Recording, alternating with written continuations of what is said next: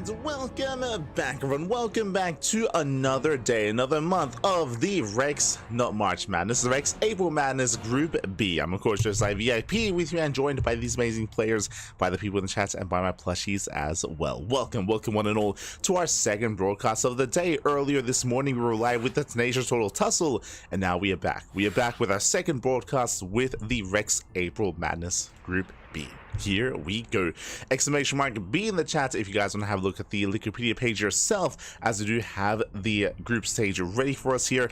Last night, of course, sorry, 2 nights ago, we were live with Group A, and now we're here with Group B instead, as we switch our things over and catch up on tonight's matches. From the top, this is a GSL group, not a round robin format, which I appreciate. We don't honestly get a lot of GSL group formats. We don't often get these kind of winners matches and decider matches and elimination matches as well, but we have 5 matches ready for us here. We have 4 players. We have 2 Protoss, 1 Terran, 1 Zerg. We have Clem, Nice, Classic, and Shin. Here we go. So up first we have Clem versus Nice in a best of 3 in a TVP, followed by Shin versus Classic also in a best of 3, but that is where the best of 3s conclude. As winners match moving onwards here, these are best of 5. So best of 5 winners match, best of 5 elimination match, and best of 5 decider match as well. Top 2 players make it out of the group. The bottom 2 are eliminated here in the group stage. Oh boy. And this is a 3-week event here. This is the first week of the tournament. We have, from 2 days ago, Group A, Hero and Solar made it through the group stage. Tonight we have Group B. Next week we have C and D, and the week after that we have the playoffs and the finals. So 3 weeks of Rex content. Let's go, baby, let's go. Now, coming into this group, I'm honestly really excited to see Nice again. For those that are unaware, Nice, he for a long time was the best player in all of the Taiwan Hong Kong region. But Nice did retire. He retired, I want to say, almost at the he retired last year, almost at the start of last year. I want to say like April, so I think it's already been a year since we have seen his retirement. So it's been quite some time. It's been quite some time since he has competed, especially regularly. Recently he has been signing up for open tournaments, but Nice, again, he's mostly retired. He's just playing for fun, playing to just dip his toes in every now and then. But I'm excited to see him here and now. We'll see how he compares. As spawning in the bottom left hand corner of Amygdala, we have the French Terran player, the Red Terran, representing Team Liquid. It is Clem. And spawning in the top right hand corner, we have the Taiwanese Protoss player, the Blue Protoss. It is Nice. He is nice. Let's go, baby, let's go. And if you're in the chat, you know what time it is Gamma time. Predictions are now open. Place your bets on who you think will claim the series. Best of luck in the chat. Coming into this, Clem is going to be the favorite player, but Nice, he is no slouch, and I want to say even recently we've seen Nice take down even players like Hero, at least take maps off of them in these PvPs. So Nice, he has been able to pop off and take some crazy wins. Nice in general, he's a very, I want to say, experimental player. He's not at the level of Haas by any means, but he can be very cheeky, very cheesy at times, not the most standard of players. So I'm excited to see what he brings to the table, and if he can bring, or if he can catch Clem off guard. It's not an easy opponent. Clem, of course, is the reigning world champion. Clem is the best player in the entire world at the moment, and oh boy, it's going to be a mountain to climb here. Not an easy opponent whatsoever for Nice, but I'm ready. I'm ready to be reintroduced to Nice, to see what he's looking like at the moment. Now he compares. Let's go. For now, standard opener. Gate Cybercore into expansion out of Nice. Everything's looking as it should. Meanwhile, across the map, we do have Clem going for his own Rax Expand economic opener out of our Terran player.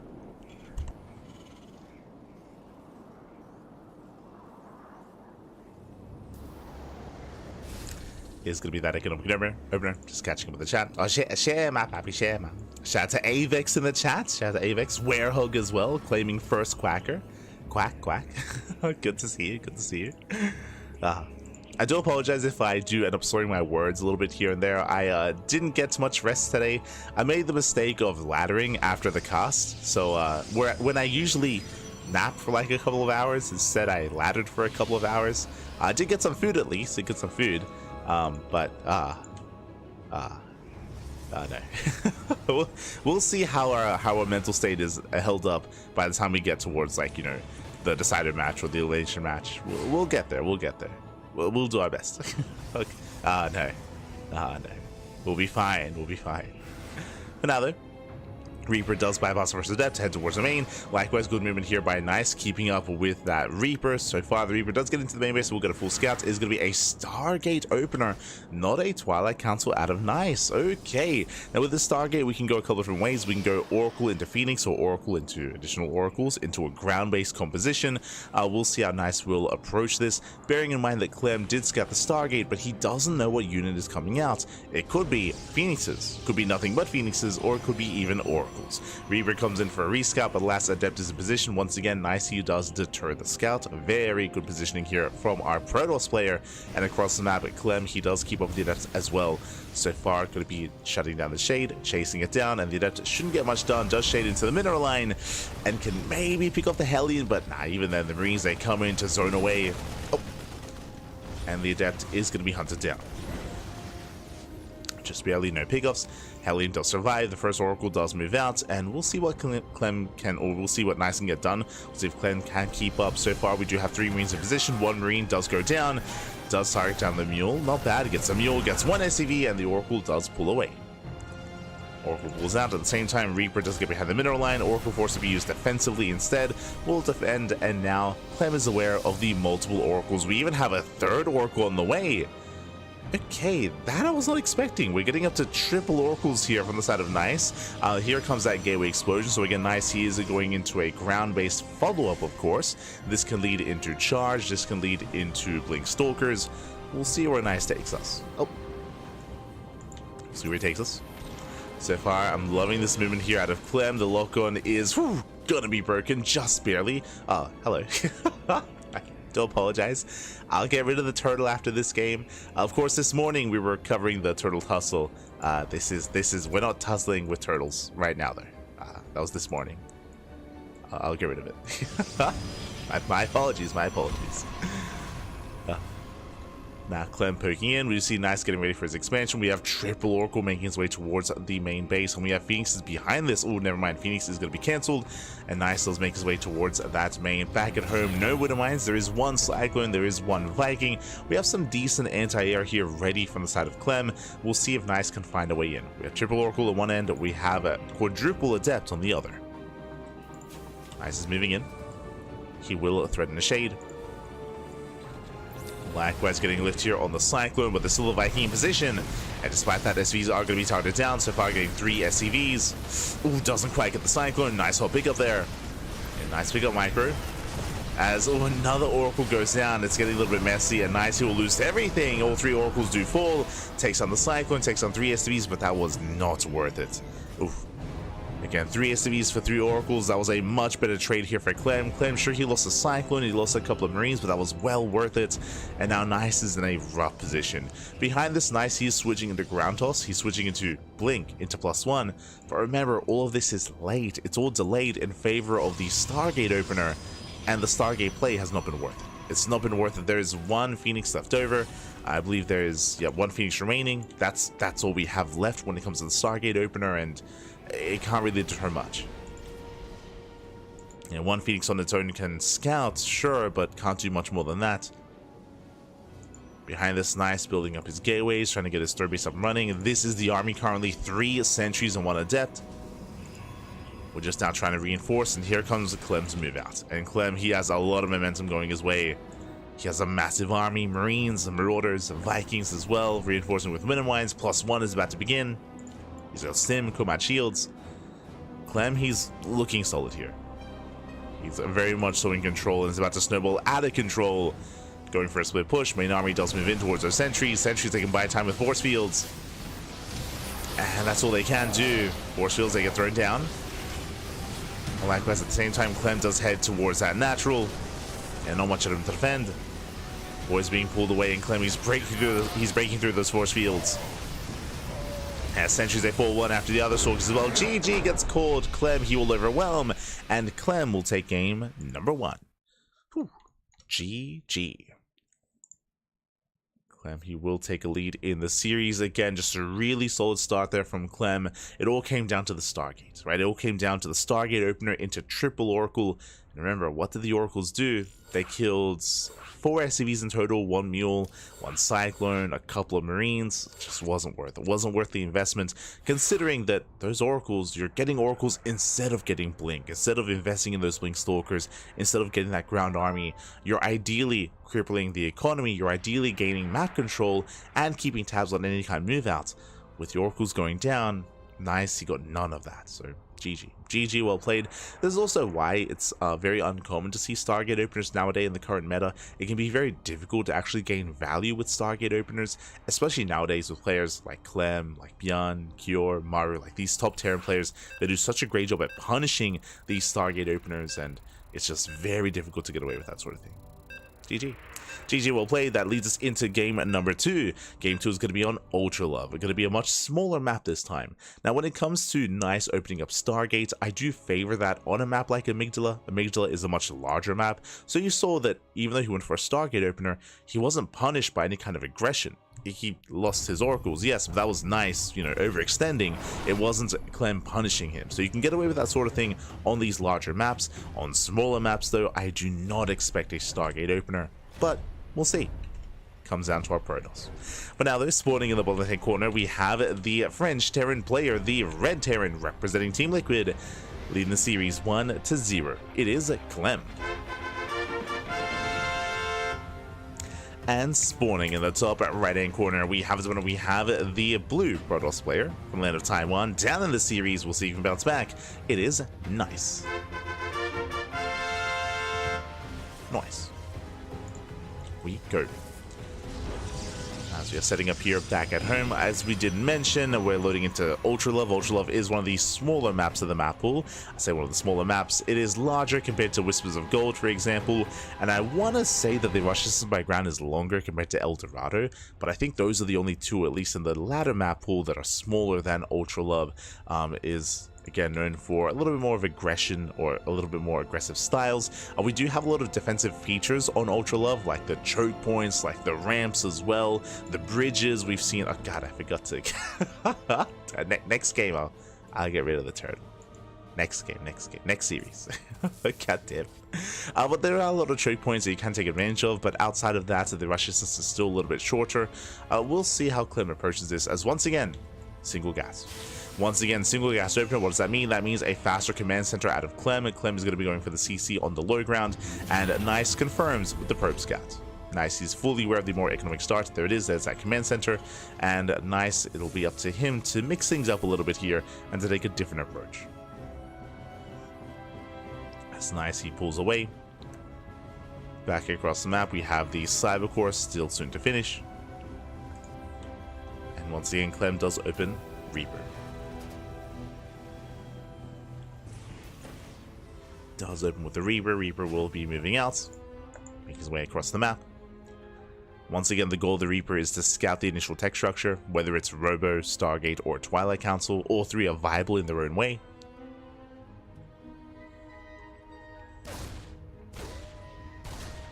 It is up to Clem to confirm.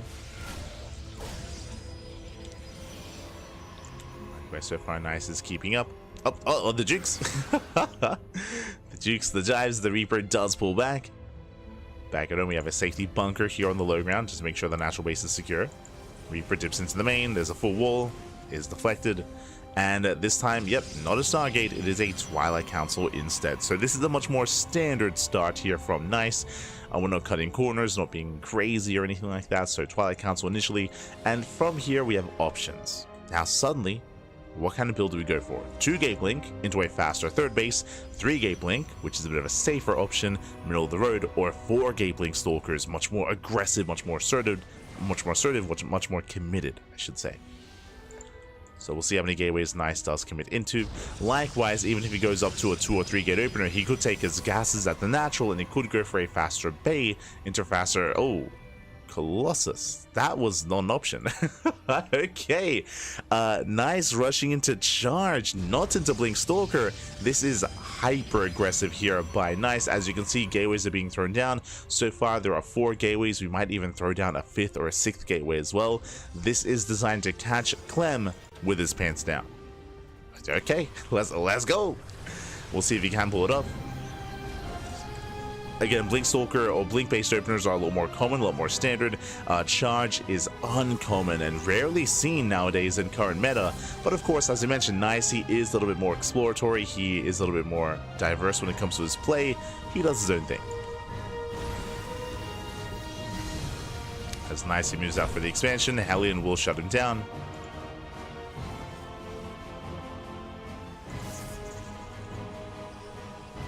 Charge is almost done. Now, I would imagine Nice, he would want to bank up his Zealots back at home before moving out across the map, bearing in mind that Nice does not have a War Prism. Third base should be taken. Zealots are warping in.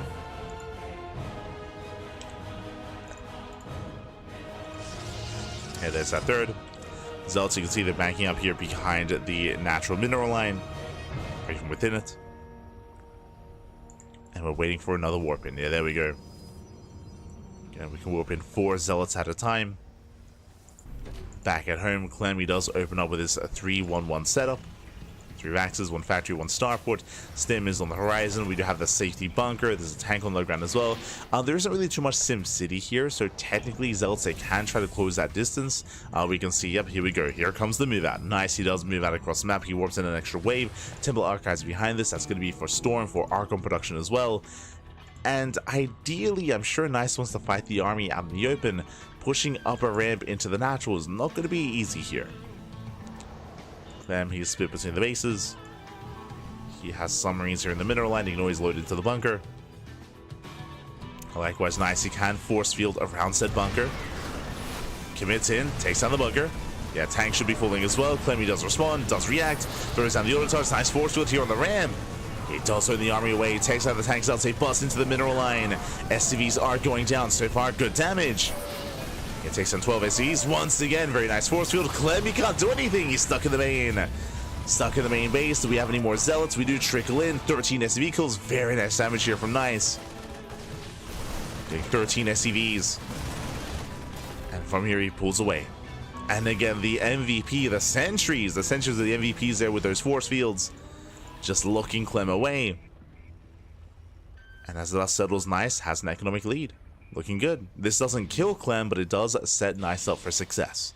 So Nice is in a better position, going for his own gateway explosion into an 8-gate setup, getting to Archons, Blink. We do have +1 armor on the way as well. And Clem, he breaks out. He's going for his own counterattack. Clem, he's not going to take this lying down. Does push across the map. Medevac is in position here to help support.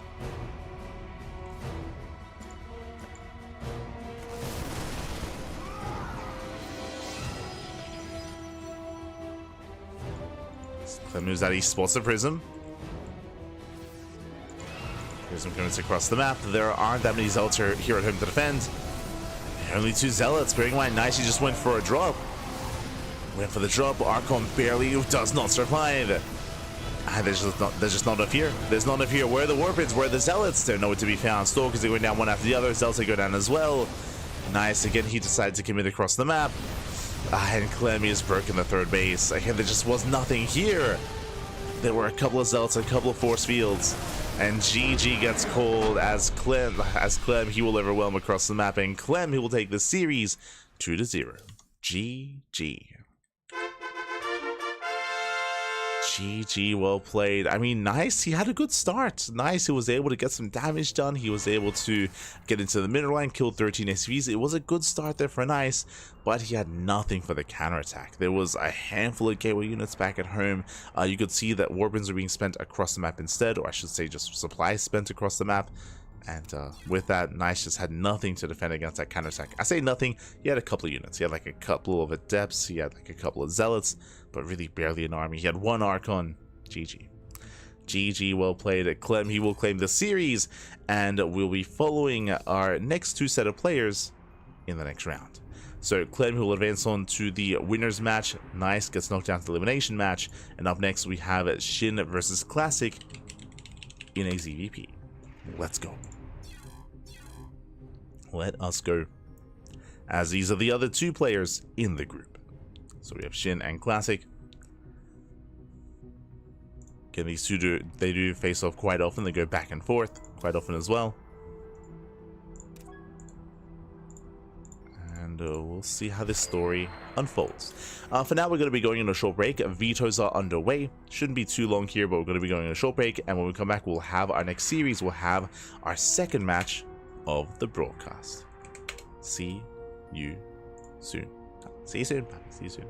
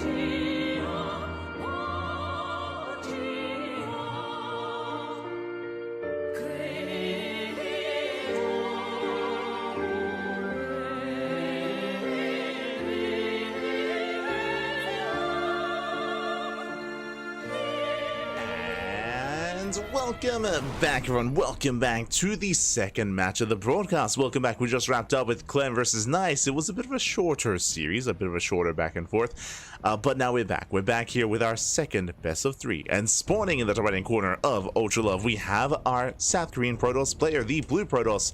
It is Classic.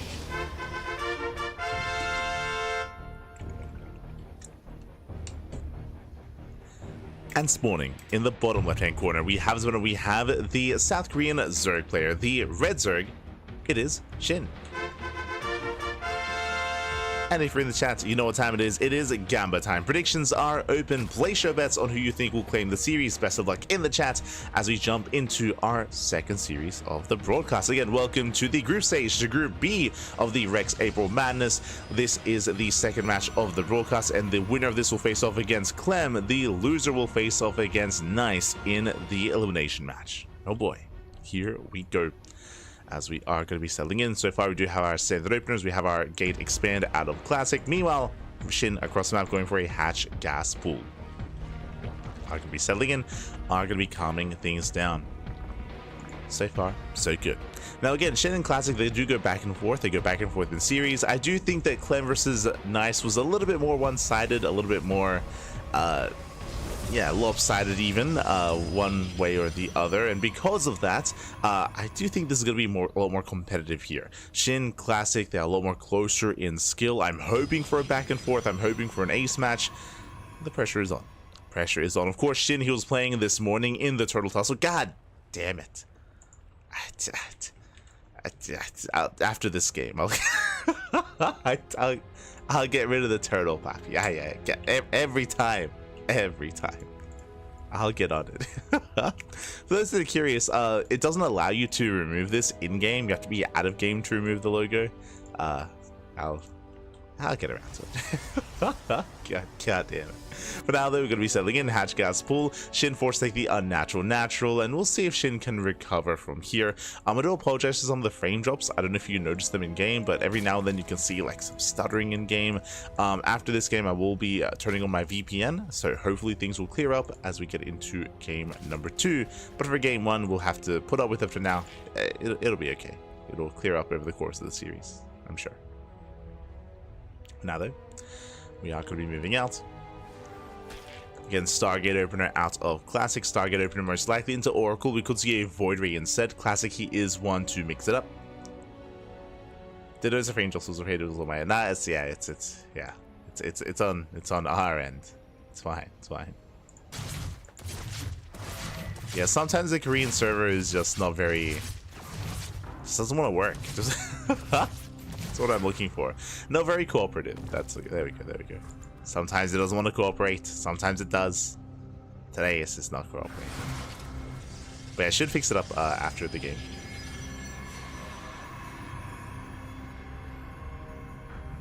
Now though, it is going to be that initial Stargate into Oracle from the side of Classic. Link Scout does confirm this, so SHIN is fully aware. Back at home, just happily joining. Spores are being thrown now. We have a Spore in the main base, soon to be a Spore at the natural as well. Queens are getting in position, the Oracle moves out, and SHIN is getting ready.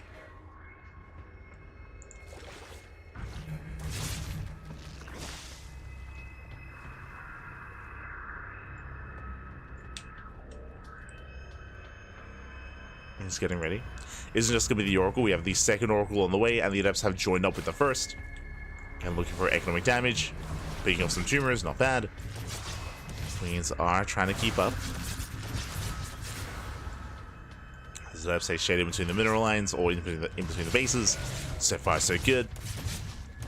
Denying workers, forcing them back, and they will get a couple of drone kills here. It's going to be one drone going down, and so far, just the one. Oh, nice way to soon, two. Getting up to three.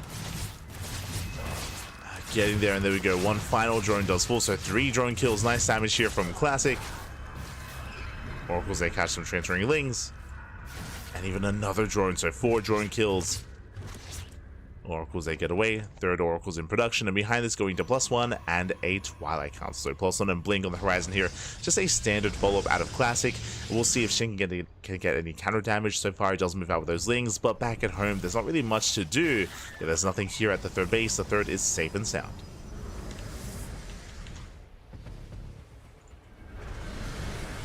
The base is safe. The base is secure.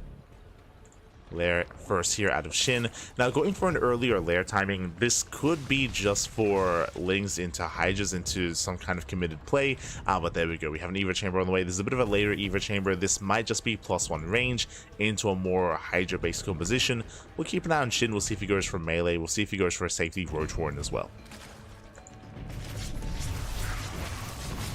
Oracles, they hit the 3rd, or they hit the natural. 3 more drone kills. Nicely done.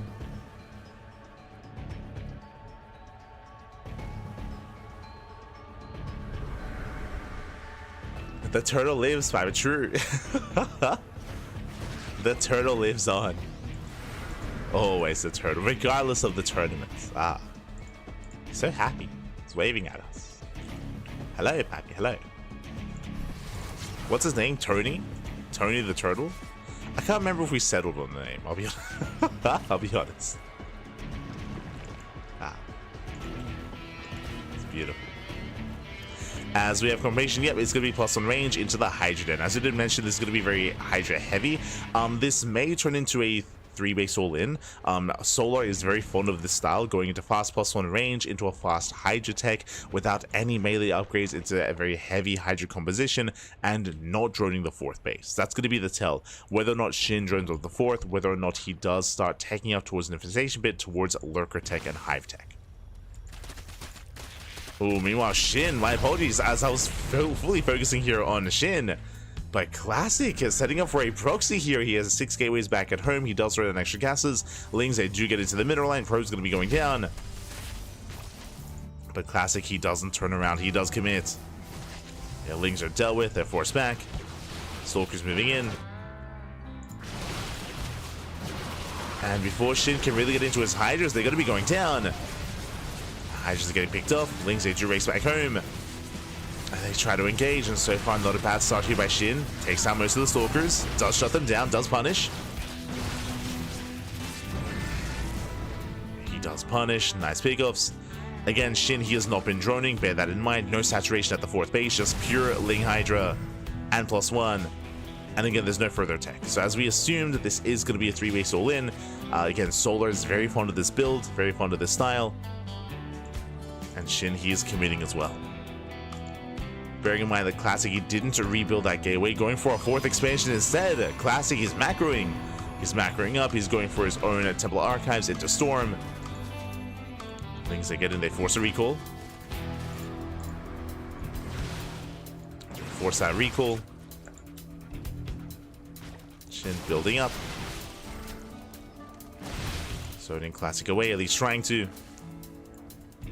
Shin just waiting for his moment. Also, every time I cast Shin, I have to notice that he has this just really horny Hydras. They're so spiky, oh my god. Meanwhile, the Lings, they do collapse in, and Classic, he blinks forward.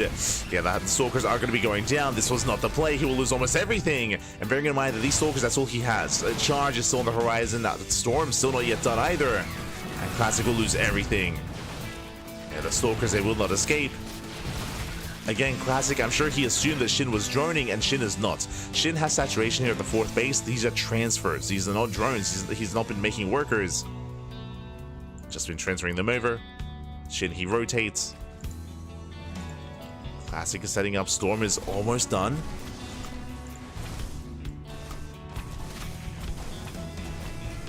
Yeah, Storm will complete, but this is the army. There's 4 High Templar, a couple of Zealots. These Storms, they need to connect. And decent Storm. Yeah, Decent storms, but SHIN, he does kite back. Yeah, he avoids the storms. Things are coming from behind. There's one storm left. One storm remaining. It's not enough. It's not enough. SHIN, he's done it. He's done it. He has broken the back here of Classic. Again, Classic, he overextended with those Stalkers. He lost everything. Again, he wasn't really expecting SHIN to be this aggressive. And GG gets called. SHIN with a 3-base all-in. He overwhelms, and he takes game number 1. Whew, GG. GG, well played. Hold on, I got you. Okay. I got rid of the turtle.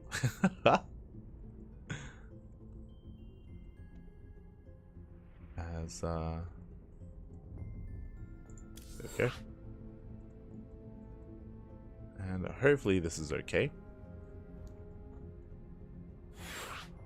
So we are getting into our next game here. But again, SHIN, he cut workers. He, I believe, got up to 64 workers at most. Just pure Ling Hydra, no further tech, no Lurker Den, no Hive, no +2, no saturation at the 4th base. None of the sort here, just pure Ling Hydra. And we saw Classic being overly aggressive, right? Classic, this style that he was going for, this aggressive nature, would be ideal if SHIN was droning. If he was droning, if he was teching up, but we saw he wasn't. So Classic kind of played into SHIN's hands. Played into his hands, and SHIN did punish with that. GG. GG, well played. We're now getting into our next game. Loading into game number 2. And spawning in the top right-hand corner of Killer's Mile, we have the South Korean Protoss player. We have the red Protoss. Down in the series, we'll see if he bounce back. It is Classic. Do you see that? It's a little smoother. I still see like a stutter, like a slight stutter here and there, but it is a little cleaner compared to the last game. And spawning in the bottom left-hand corner, we have the South Korean Zerg player. We have the blue Zerg leading the series 1-0. It is SHIN. We go.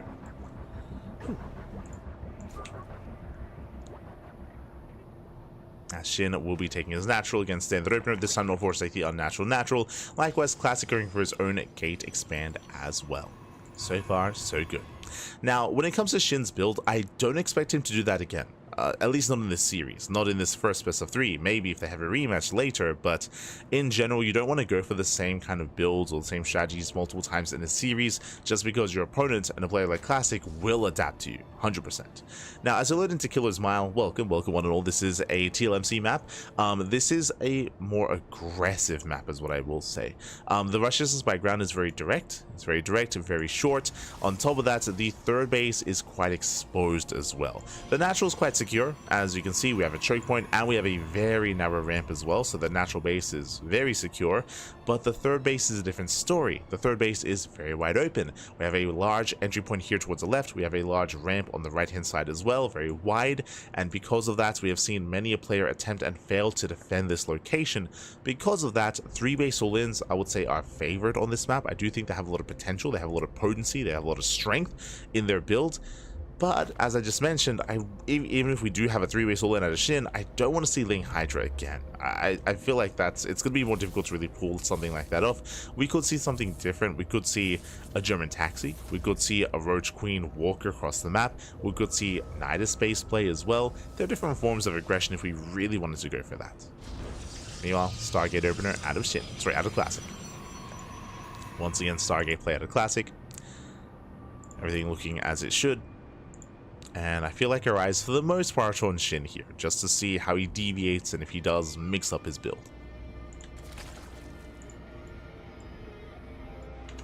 Here we go. You got rid of the turtle. Is it okay? See, the turtle is doing something sensible, I stand, and the turtle went to bed. The turtle has gone to bed. He's getting some rest. Doing something that I wish I could do. After the tournament, Yeah, the turtle is resting up. For 2 weeks. Beautiful. Tony was the tuna, that's it. Should the tuna be Tony? I don't know if the tuna should be Tony though. Because the tuna's young. The tuna has to be Dongwon. It has to be. He is the tuna.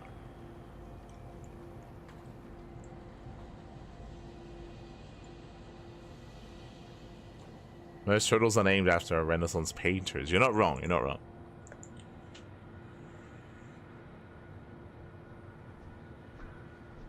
Which one would it be? It has to be Michelangelo. It has to have the pizza. Oh, hello, Sinistro. ¿Qué tal? ¿Cómo estás? Ga, papi, ga. Bom dia, bom dia. As we do have a much earlier Twilight Council. Okay, so if you recall earlier, I was discussing how my eyes were on Shin when it comes to how aggressive he would be. Well, this map goes both ways. Aggression is favored in either direction, and that is going to be a Twilight Council before Forged. Now, if we were casting a standard player, I would say this should be Glaive Adepts. If we were casting Hero, I would say Blink Stalkers. Classic, he has been known to play fast Blink before.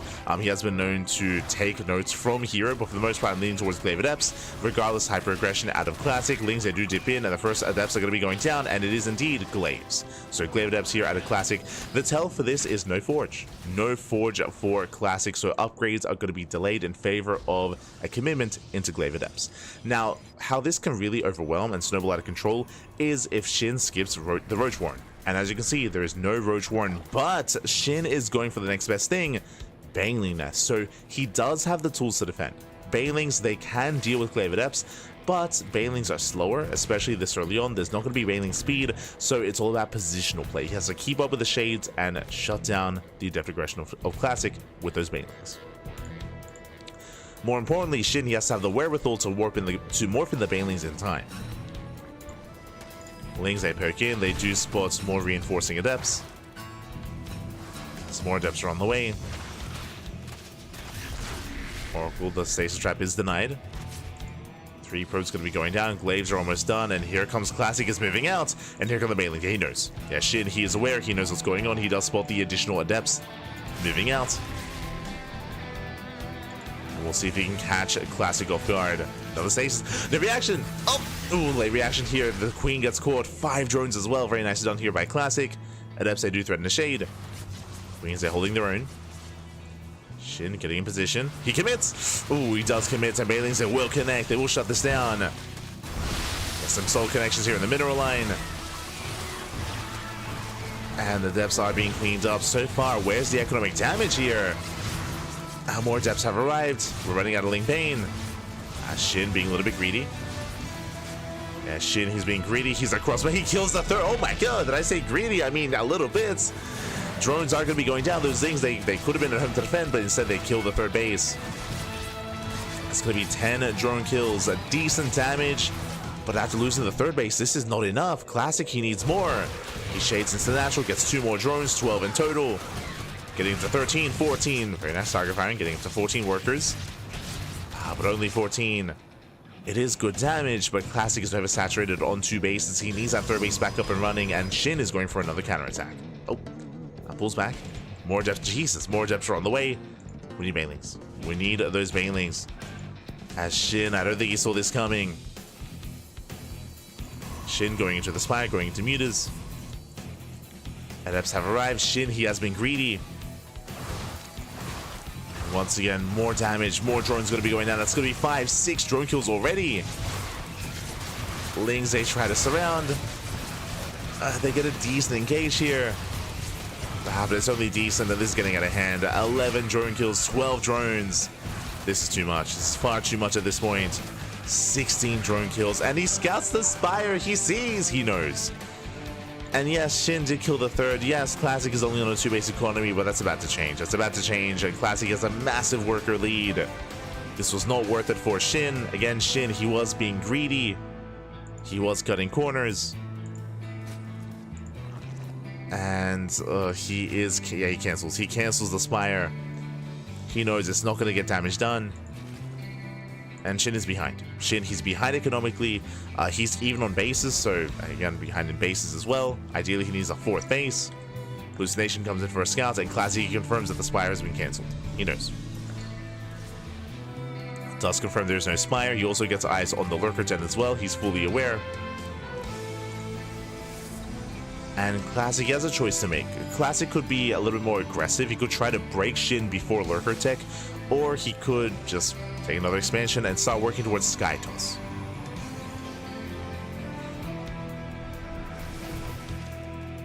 And we have our answer. We're moving out.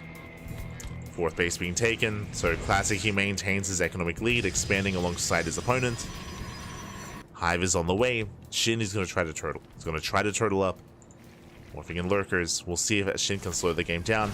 And again, if Classic realizes what Shin is doing, we should be seeing a switch into Sky Toss so that Classic can kind of race him and beat him to the late game.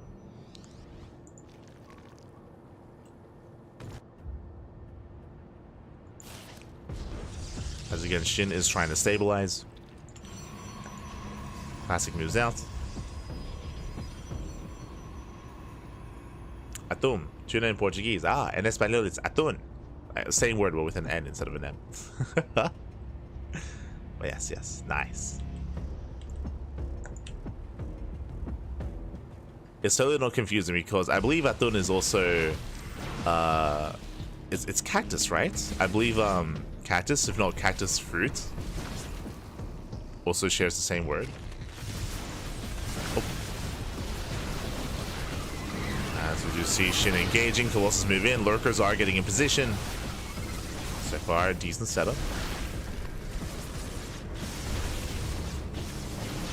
Decent setup so far. Stalkers, they do blink into the Lurkers, but so far, nice revelation. The Stalkers, they get punished for it though. Oh yes, Stalkers are getting punished. Do you have the mass hallucination, trying to tank some shots. But Classic is bleeding out a low supply, trying to force the issue here. He doesn't need to do this. Classic, he does not need to break his opponent here and now. But Classic, he bleeds out 13 Stalkers and 6 Sentries for what? For 3 Lurkers. That was not worth it. Classic, he rotates, going for Lurker Den. Not bad. Lurker Den is going to go down, denies the Hive upgrade. But Shin, he's recovering, he's stabilizing. He's got a decent drone count. Lurkers are getting in position. Meanwhile, here comes the Sky Toss. I do feel like the Sky Toss, though, is late for the Protoss.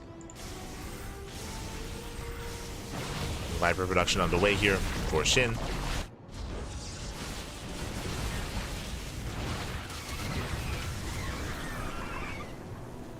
Getting to his Vipers.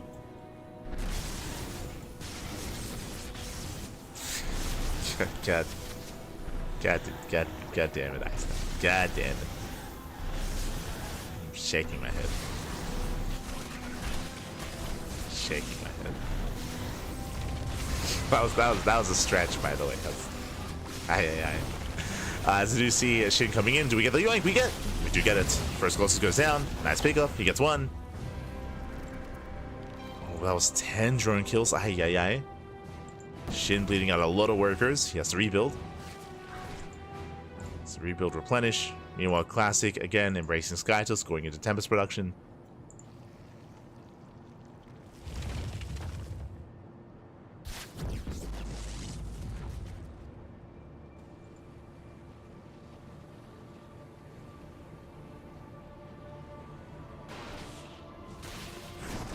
Oh. As things, they do get one of the High Templar. They force in an Archon, not bad. Nice movement there by Shin. Behind this building are more Lunkers. Shin, he is not aware of the Sky Toss. He doesn't know that Tempests are building up.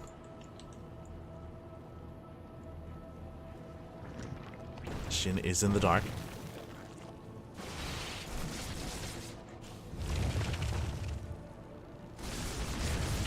Once again, just trying to turtle on these 4 bases. Both players will eventually max out, but again, Classic is going to be the first to get there. Shin still hasn't joined, by the way. Jesus. Shin, he's staying on 66. Which is okay. I mean, this is basically a 3-base play. 3-base all in here by Shin. This would be okay if Classic were pushing into him, but Classic isn't. Classic, he backs off. So Shin, we need a drone. For now, they're just focusing on his main army. Still building on more Lunkers. Meanwhile, a big shout to Kiang TQD in the chat. God, Papi God, thank you so much. Thank you so much for the gift and sub to the community. Oh my god. Thank you so much as the armies they do clash. A yoink on a stalker. Oh, the yoink does miss. Tempests are revealed. Spire gets thrown down instantly, but again, SHIN, he doesn't really have the best economy right now. We get another reduction. Oh, brutal storms. Storms are brutal. Zealot runby on the way. SHIN rotating over. Headed towards the expansion, towards the mineral line. Zealots hit the base, and there's not much of him to defend. And again, SHIN, he's hurting. What you see is what you get. SHIN, he just doesn't really have much longevity here. There are some lurkers that have to defend. The base goes down. SHIN, he does get one Tempest. Gets one, gets two. Not bad. Takes down two of the Tempest. Still has plenty of yoinks left. Getting the final Tempest. He does rush in. Yeah, gets one, gets both. Very nice pickups. Takes down every single Tempest. What about the Colossus? Going for the Blinding Cloud instead. Bold move. That means no abduction. And no abduction for this. The Nexus is going to go down just barely. And SHIN gets the hell out of here. Does pull away. Does try to pull out, but again, SHIN plummets in supply. These were good trades out of SHIN, but he can't afford his losses. Classic can. Classic, he's still on 4 bases himself. Did lose a lot of workers though. Those 8 workers going down. Classic does have to transfer as long as it's mining. So inefficient mining here from Classic. Likewise, is still building up more Tempest. Now, thankfully, SHIN, he did preserve his Vipers at least. Preserve those Vipers.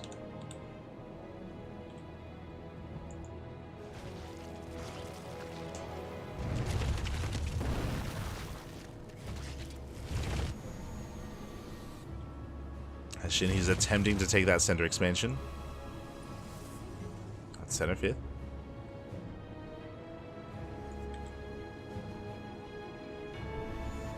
Yo, we got a Void Race on the way. Let's go. And you can see SHIN can't max. Again, this all comes down to the lack of droning. SHIN is building on 66 workers for most of this game. SHIN only just now droned, and these drones are late. So late droning by SHIN means no economy, means no bank, means he cannot max. He cannot max out. SHIN has fallen behind. And Classic is moving in. He's moving in here. Looking to go for the kill. SHIN, sure, he has a wall of lurkers, that is true, but the anti-air is lacking for SHIN.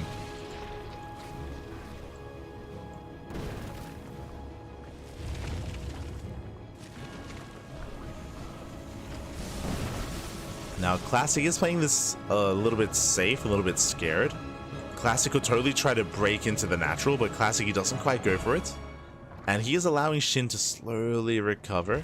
SHIN building up more Corruptors. I mean, Classic is maxed. At this point, Classic should be looking to trade.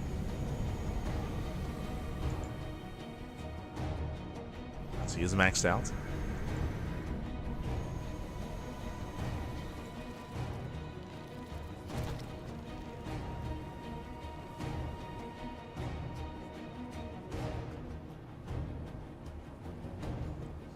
SHIN going for the Nidus. I mean, that would be a way to recover, true. Is to Nidus across the map.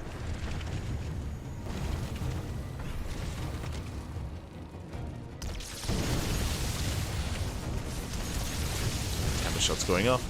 They do take down one of those lunkers. They take down 2. 2 lurkers go down.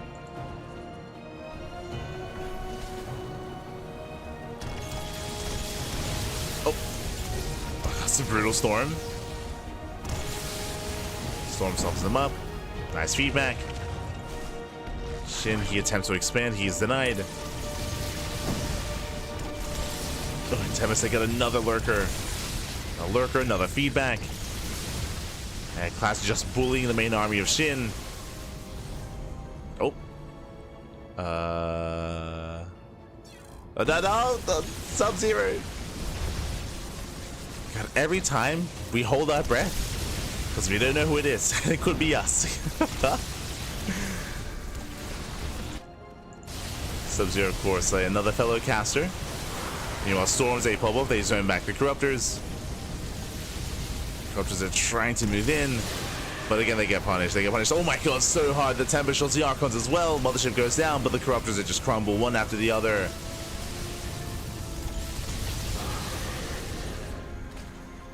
SHIN does go for a Desperation Nidus across the map. It gets spotted. GG gets called, and Classic will tap the series 1-1, forcing the ace match. Whew. GG.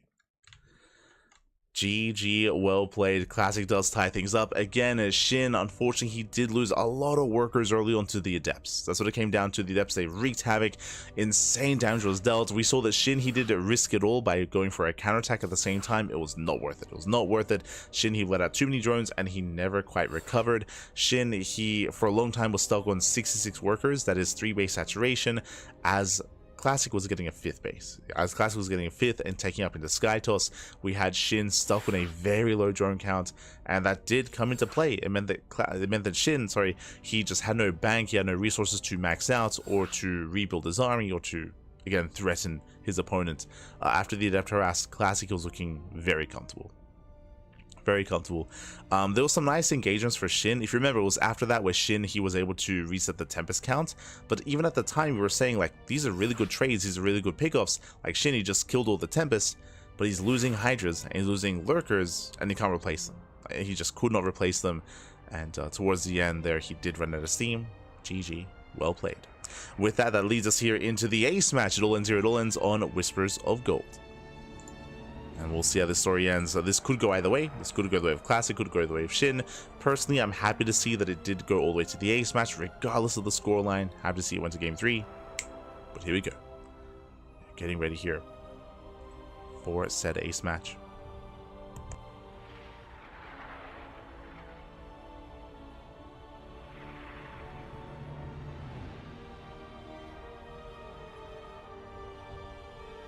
Hello, Mr. Mintler. Right, when do you find the time to sleep with all the casting? We don't sleep, Happy, we don't sleep. Usually we nap. Usually we like sleep within like 2 to 4 hour intervals. That's usually what we do. But today I did decide to ladder. Because we do so much casting on the CranKy Ducklings, I never get to stream on my personal channel, so I've been trying to find some time. So after the Turtle Tussle this morning, I did decide to ladder a little bit, and it was fun. Don't get me wrong, it was fun and all that, but it does mean that I didn't get to nap, so I will be okay. we'll hang in there, Pappy. We'll hang in there. Let's go. Let's go.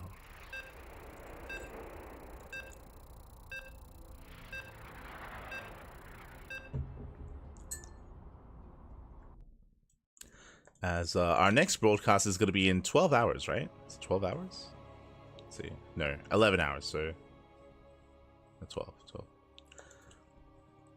Yes, our next broadcast should be 12 hours from now. We're going to be covering the Enki show matches, best of 9s. It's going to be a best of 9 between Clem and Dark, and a best of 9 between Beyond and Hero. So 2 best of 9s. Going to be featuring those in 12 hours time. But again, I should be able to get some okay sleep before that. Should be okay. We'll be fine. We'll be fine. This morning, in the bottom right-hand corner of Whispers of Gold, we have the red Protoss player, the red Protoss himself, tying up the series 1-1 and forcing the ace match. It is a Classic. And spawning in the top left-hand corner, we have the blue Zerg player from South Korea, being forced into the ace match. We'll see if we can bring it back. It is SHIN. Gonna be exalted like that for a long time. Kind of. I mean, as we're going for a proxy hatch. We are going for the hatch block. Okay, so SHIN, he does spice things up here in the ace match. The drone is on patrol. The drone waits for the probe. The Overlord does spot the probe moving out, and now SHIN can soon move in. Here we go. SHIN getting ready to dip on forward, setting up for that hatchery. SHIN, he does open hatch first back at home into the hatch block across the map. Now this is designed to force an unnatural, or I should say, to force a delayed expansion out of Classic. Classic should be pulling the boys. No shot. Hello, Classic. Are we actually taking the unnatural natural? And a ZVP is crazy. This is not legal. This is not legal, by the way, if he goes for it. Oh my god, I said this is more common against Terran, but against Zerg, this is insane. Sim City and the wall and the setup here is quite crucial when it comes to early game defense. So if Classic is forced to take this expansion here, I mean, that's going to be a big win for Shin. Shin going hatch, gas pool.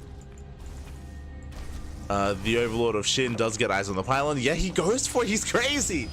Okay. Classic. I see you. Let's see if Classic can defend the set expansion. Now, for the time being, remember, this is a later gas geyser here from Shin because of the earlier expansions and the earlier hatcheries, so link speed is still a ways off here. So Shin, he cannot punish this yet. He has to wait for link speed, wait for potentially roach play as well. You can see here 12 links in production. Shin, he does confirm the expansion. God. He even lets it finish. Ooh, does let it finish for extra larva. Queen should be shut down. But this is a big investment into links. This tells us that even without link speed, Shin, he wants to try to punish his base. Broodlings, they zone over the army. Adepts, sorry, Links, they do shade it, or they do head into the main. Adept is keeping up. Lings, they rally across the map. And again, Shin's goal here is to punish this expansion. Now, can he pull this off with slow Lings? Is the question. Can he pull this off? Slow Lings, they do collapse here. Yep, they force a recall. Nice catch. Very nice catch. They force the recall, they head towards that Nexus.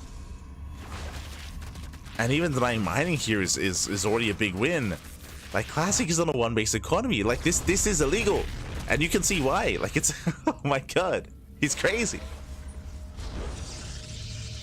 More links are coming. We're just link flooding. Shin, he just link floods. He cuts workers at 20, so 20 drones. He pulls out of gas, link speed is almost done.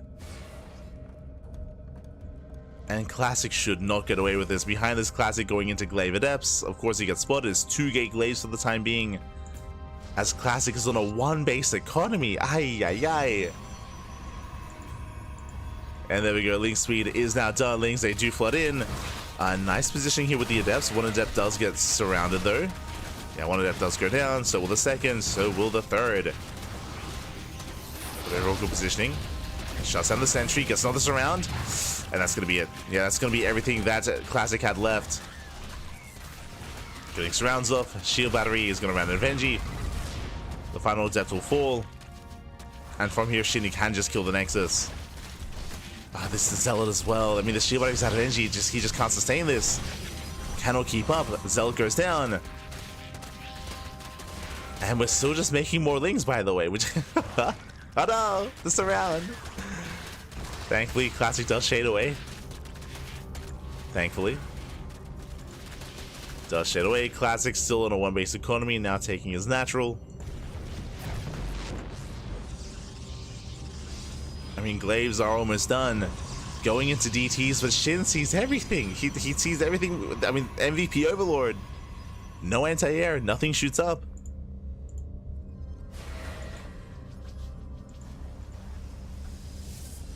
And Shin is droning. Shin, he's droning. At this point, trying to break this natural is going to be difficult. It would be quite difficult to break this expansion, so there's no need. For now, we can just drone. You can just drone, saturate, Roach Horn is on the way.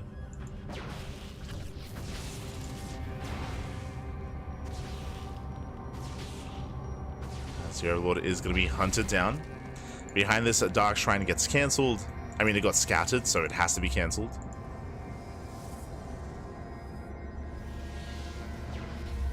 As the Overlord does spot the Adepts. So Shin is aware. Roach Horn's on the way. We have 12 more links in production. Shin, did he see the cancel? He did not. Did not see the cancelled Dark Shrine. And Classic, he's hoping to catch Shin off guard, but remember, Shin, he saw this ahead of time. Did see this. Shay gets cancelled. Yep, force the recall. He has to get the hell out of here. Oof. And Classic doesn't really have anything left. He's only on 2 gates. He's only on 2 gateways. He's working towards Blink. He cancels Blink. He starts Templar Archives. Like, Classic himself doesn't going in now into charge. Like, it's just a really awkward position to be in. There's no good answer for where Classic is, and now we're switching gears into Charge of Archon. Now, bearing in mind, recall's on cooldown. Remember, recall was just used on the Adepts. So, Classic does not have that. He does not have that available.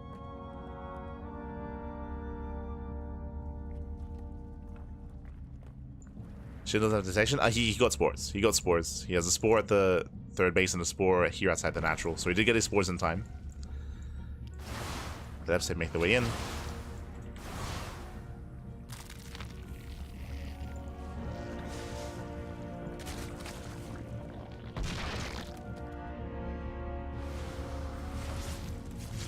Adepts, they trade well. They get 2. They get 2, they get 3. They get 3 drones. But I'll be honest, as long as Shin can maintain a 2-base economy, which he doesn't yet have, that's my biggest concern. Shin, he's actually not droning. He's not droning. He doesn't have the best saturation. Classic, unironically, despite having a very late natural, Classic, he does have proper 2-base saturation. Shin instead just hyperfixated on making roaches. And he's going for an all-in. Okay, yeah, let's go. This means that there's not much of them to defend. Adepts, they do bypass the main army. Lynx, they race back home. They do race back in time. More drones going down. Classic, you should realize there's no saturation. Should realize no drones. There's no drones here. Roaches, they hit across the map. What do we have to defend? We have Storm done in 10 seconds. An Immortal as well. Classic, I want to say he could pull off this defense. He could pull this off. But we need to make sure these storms count. Shield batteries on the way. Classic buying time, holding onto those force fields. Storm on only 2 roaches. Not the best storm. Better storm here towards the end. There's the final storm. High tempo go down and Shinny collapses in. Yeah, takes down the sentries. Massive connection with the vials. There's a shield battery, but it's not enough. Yeah, Shinny's done it. He has done it. The vials. Oh my god, brutal connections. Classic, he was up against the wall. And the all-in has worked. GG gets called, and Shin, he will claim the series 2-1. Advancing on to the winner's match. GG. Whew. The hell just happened? GG, well played. I think I have seen a player once before go for the unnatural natural. But that was crazy. And again, like, Classic to go, like, for those that are curious, how you would typically respond is to chrono out a zealot. You chrono out a zealot, you pull a couple of boys, you focus on the hatchery, and then you go for a delayed expansion. Classic was greedy, and you can try to do that sort of thing and try to go for your natural a little bit more on time. But specifically on Whispers of Gold, that is crazy. Whispers of Gold is a very, very small map. It is the smallest ladder map in the ladder map pool. Hyper aggression is favored on Whispers of Gold because of how open the 3rd and 4th base are, and because of our short rush distances as well. So these all-ins and the aggression that Shin was going for are favored on Whispers of Gold, and going for an exposed natural like that is not. So everything was working against Classic, which is why it was crazy that he went for it. Like, doing something like that is more acceptable on Abyssal Reef or Neo-Violet Square or King's Cove, right? Like, I can see that working. I can see that working on some of these larger maps. So on these smaller maps, it is so risky, and in the end, it wasn't quite worth it. Now, to be fair, it was still very back and forth. It was still very intense, as Shin was on a very low drone count towards the end. But regardless, GG. GG well played. Shin, he will claim the series, and with that, we have our next matchup ready for us. Here we go. If you're in the chat, !B in the chat to have a look at the Wikipedia page yourself. Let us switch our scenes over and catch up on the group, on Group B. From the top, Clem. Clem takes down Nice 2-0, advancing on to the winner's match. Shin takes down Classic 2-1. So we have our upcoming best of 5s. It's going to be a best of 5 between Clem and Shin in the winner's match, and a best of 5 between Nice and Classic in the elimination match. Let's go. So we have 3 best of 5s remaining. We're going to be going on a short break. When we return, we will have vetoes complete, and we'll have our next series. So we'll see you guys soon after the break. Clem versus Shin coming up next. See you soon.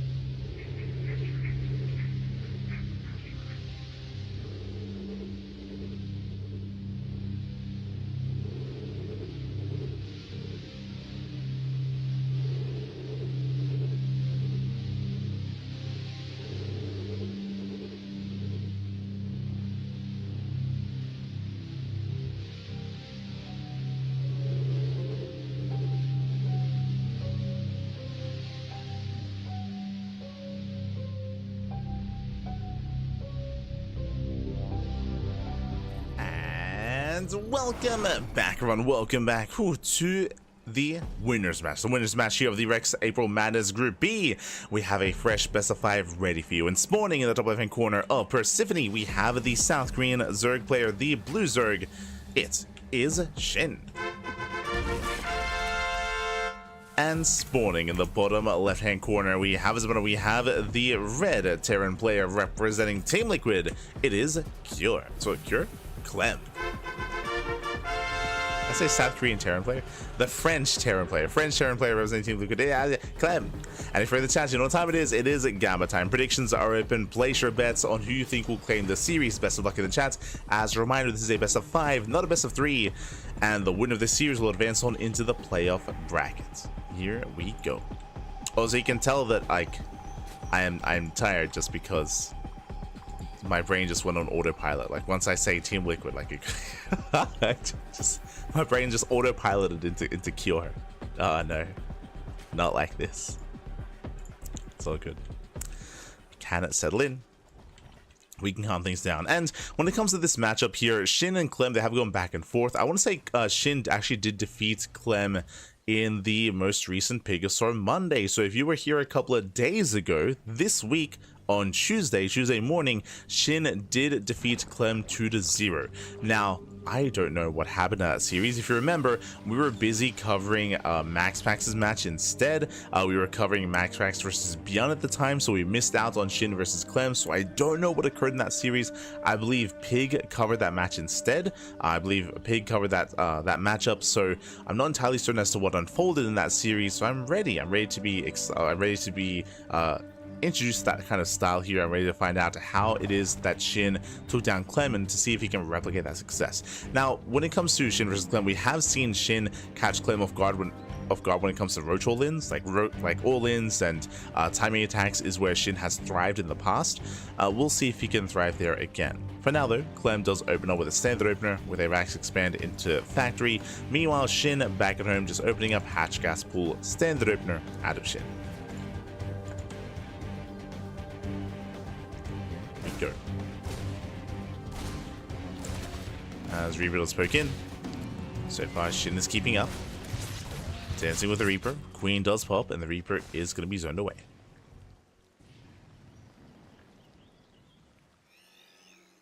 Is zoned away. Behind this, Clem going for a 1-1-1. Again, Clem, he's known for being aggressive in this matchup from time to time. Usually it is to punish certain styles, but this time looks to be a little bit more proactive instead. So we have a delayed third CC. So Clem, he's going for a late third base, prioritizing his starports, going to be prioritizing his Banshee production and hitting that much harder, that much faster with Hellion Banshee. This can hit like a truck, and we'll see if SHIN can minimize losses and keep up with Clem.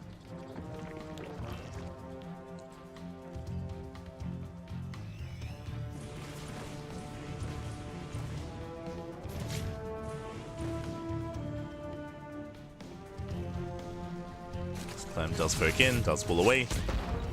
Oh, looking for a way in. So far the Queens, they do stand strong. Clem, he rotates. Oh, going for the tumor. Tumor taking a lot of hits. The last will survive, will not go down. We do have a hidden Roach Warren behind the mineral line though. Yeah, hidden Roach Warren gets thrown down, so SHIN, it looks like he is going to be going for some Roach aggression, ideally catching Clem off guard. Now again, Clem, he is going for a delayed expansion, a delayed CC. It still has not been thrown down. Just hyperfixated here on his Hellion Banshee. As more Hellions are building up. Takes down an actual tumor. Lings, they peel off, they head across the map for a counterattack. Queens, they're getting low. Ooh, clutch transfuse. And one Queen does not go down, barely does pull away in time. SHIN holds on with the bare minimum, and across the map there are 2 Hellions to defend. Lings, they bust into the mineral line. Boys are being pulled, SV's going to be going down. So far, good damage here by SHIN. Clem, he will defend against this, but this is going to be a distraction, does cause some damage. And SHIN, he does defend back at home. SHIN defends. Overlord Scout confirms not just the Banshee, but also earlier Stim. Later CC. Spores not ready. Yeah, Banshees, they hit a little bit sooner here, a little bit faster, and alas, SHIN is getting caught off guard. The drones are lighting up. Oh my god. 11 drones gonna be going down. That is crippling damage already. Ay. SHIN, he cannot afford that. Not this early on. So late spore. Hellions, they found an opening. Meanwhile, Clem is not done. Getting another drone.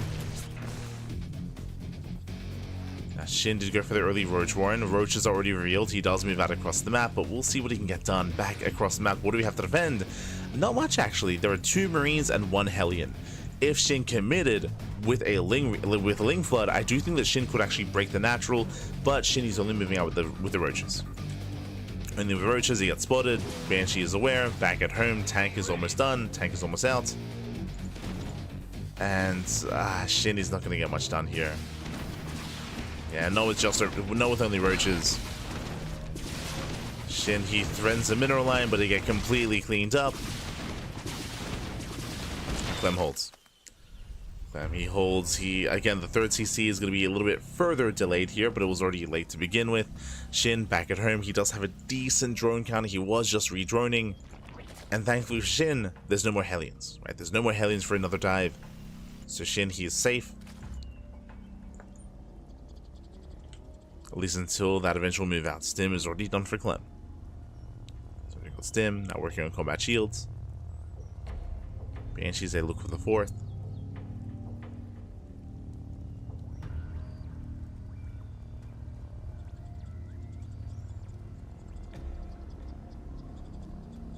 Now, loading into Persephone, the rush distance by ground on this map is quite short.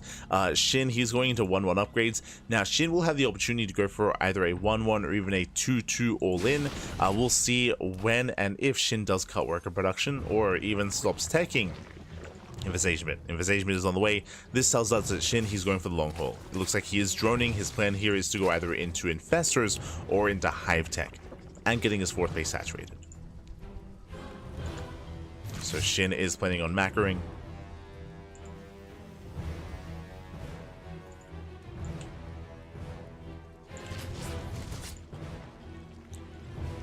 Likewise, Clem. It's going to be on him to try to find a hole in the defense here of SHIN. SHIN does fan at his Lings, but alas, the bases are looking a little bit more exposed. And moving forward. No spotter overlords. SHIN is aware. Tries to push in. 1 Ravager goes down. Clem is headed for the main. SHIN at the same time does hit the 3rd. Banshee's in position. 3 vehicles is okay damage. Oh, the miles! Oh my god. Whew. SHIN holds. SHIN heals back at home. Meanwhile, across the map here at the would-be 5th base, SHIN, he defends. So far, SHIN is keeping up. At least he's trying to. The queen is exposed. He wants it. Oh, doesn't quite get it. Queen pulls away in time. I spoke too soon. He gets 1, he gets 2. He's going to get 3. He's going to get potentially all 4. Massive pig goes 4 queens go down. That is going to impact the injects. Bearing in mind that was all the injecting queens. Oh, and SHIN, his production is going to hurt. Now, thankfully, he has 3 queens here on the right hand side, and hopefully he's able to fan them out. As Clem is pushing forward. Clem right now in a very strong position here. Bearing in mind the soup does lie. SHIN is working with a Roach Ravager based army, and ideally that does want to be up in supply. It is very supply inefficient. But against Bio Tank, it's going to struggle. Files, they don't even get the tank. Yeah, the tank survives. The tanks, they punish. And Clem, he's steaming forward. He's looking to end the game here and now. SHIN is trying to hold on, trying to survive. Leading out more Lings, more Roaches. Clem has the larger army. Files, they do connect. They take down one of the tanks, but it's not enough. Yeah, it's not enough. Marines, they stim in. They shut down the Roaches. They get on top of the Ravagers. There's 3 Ravagers left. Oh. That's down to 1. And SHIN, he's somewhat holding. Somewhat. Barely. Quote-unquote holding. Banshees, they arrive to reinforce. They focus on the final Ravager. And Clem, he doesn't stop. He just keeps rallying. Likewise, Shin, yeah, he just cannot keep up. GG gets called, and Clem, he will overwhelm. He will take game number 1. Whew, GG. Again, a very strong start here from Clem. As a reminder, how many drones did Clem kill? 11. 11 workers went down. So Clem, he took a massive lead early on. We saw that Shin, he was struggling to recover. He was trying to go for a longer later game with that infestation pit, which is a bold move here on Persephone. We did mention earlier that aggression is favored on this map. So after the initial lead that Clem took, he was able to just capitalize on that and just snowball out of control with that push. And Shin, he just didn't really have enough to hold on, not after the early game losses, whether it came down to the 11 drone kills or also the thrown away roaches alongside that. Of course, there were some opportunities for Shin when it came to the run bys and counterattacks, but for the most part, Clem was able to keep up and shut it down. And that leads us here into our next game. That leads us into game number 2, and we'll see if Shin can bounce back here and now, or if Clem will extend his lead. Let's go. Let us go.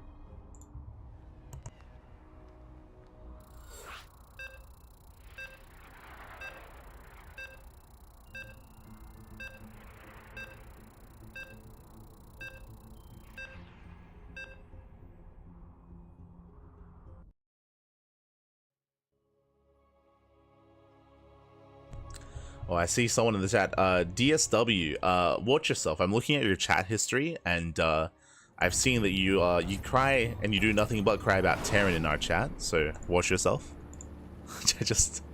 I just opened up your chat logs, and it's literally all that you do in our chat. So yeah, watch yourself. Otherwise, you can cry somewhere else. As spawning in the top right hand corner of Killer's Mile, we have our our South Korean Zerg player, our Red Zerg.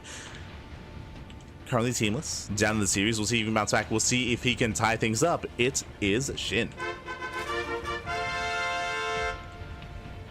And spawning in the bottom left-hand corner, we have the French Terran player, the blue Terran representing Team Liquid. It is Clem.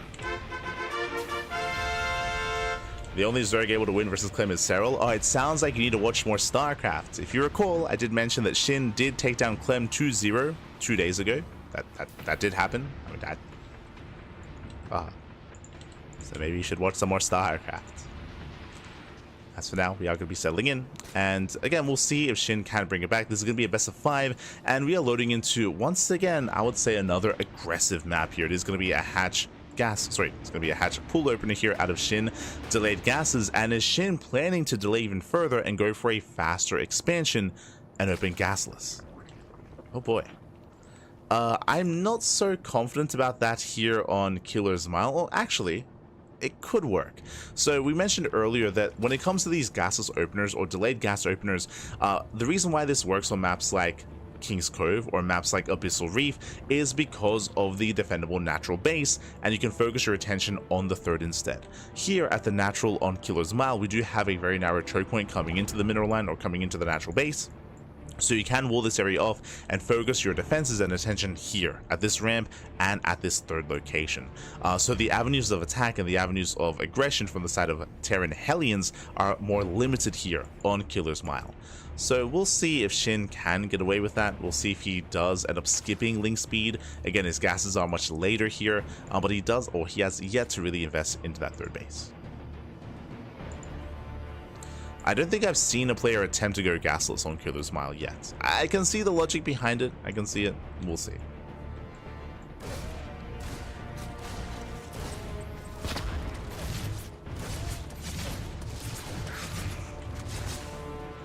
As Reaper pokes in, gets a drone, does pull away.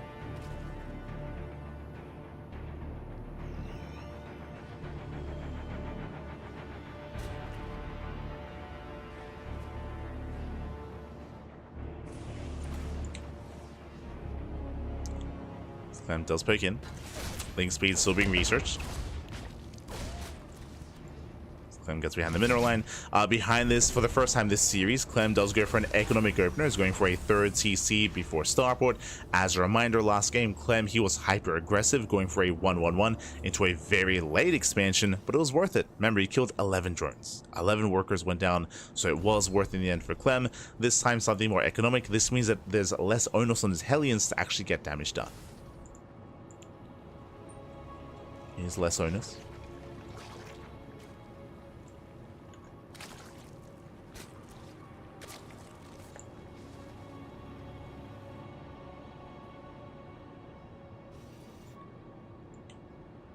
Clem does move out.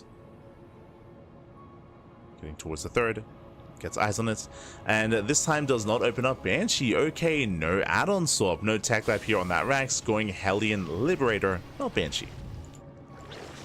So it doesn't commit as hard. Meanwhile, Shin going for a massive Ling Flood. We have 18 Lings on the way. The goal here should be to avoid these Hellions. So try to avoid the Hellions, try to hit that natural base. We'll see if he can pull this off. There are some Hellions back at him to defend, and Lings, they move out. They peel off towards the left-hand side. This is a very committed move here by Shin. Very risky. And he's heavily reliant that the Hellions move out. If the Hellions move out at the wrong moment, then Shin can punish. If the Hellions are back at home, then Shin won't find damage. You're engaging the opponent. Time to raise your APM. God damn it. The Liberator is spotted. Liberator is spotted. Hellions do move out. As they move out, Shinny moves in.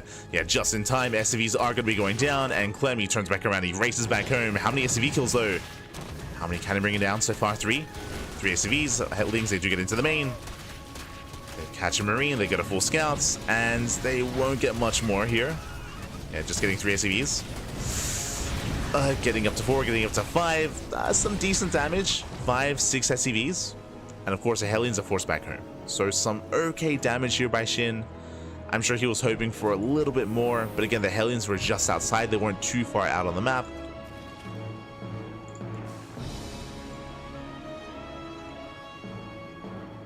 And with that, Shin does gain an economic lead. Liberator hunting down Overlords. Let's go. Meanwhile, Clem, now he has map control. He moves out once again with his Hellions. This time he can actually commit it to a mineral line. This time he can find some damage, and he will rush in. He'll rush past. Oh my god. Backs up. Respects the Lings. Instantly 3 drone kills. 3 workers go down. And Shin is going Lair first. So opening up Lair. Getting to 1-1. To his own Bailey Nest. Into Ling Bane. So a standard follow-up here out of Shin.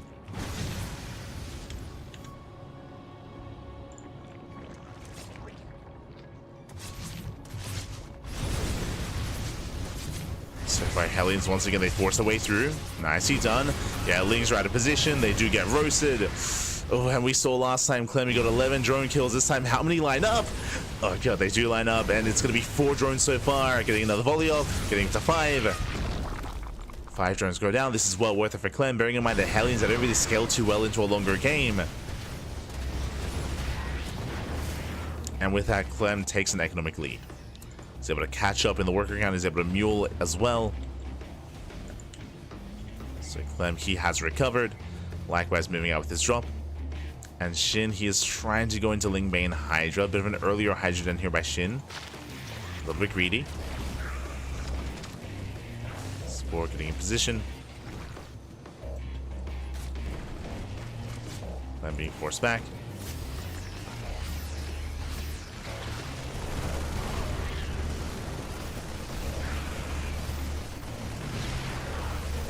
Being forced back, likewise simming on in. Bailing speed is not ready for this.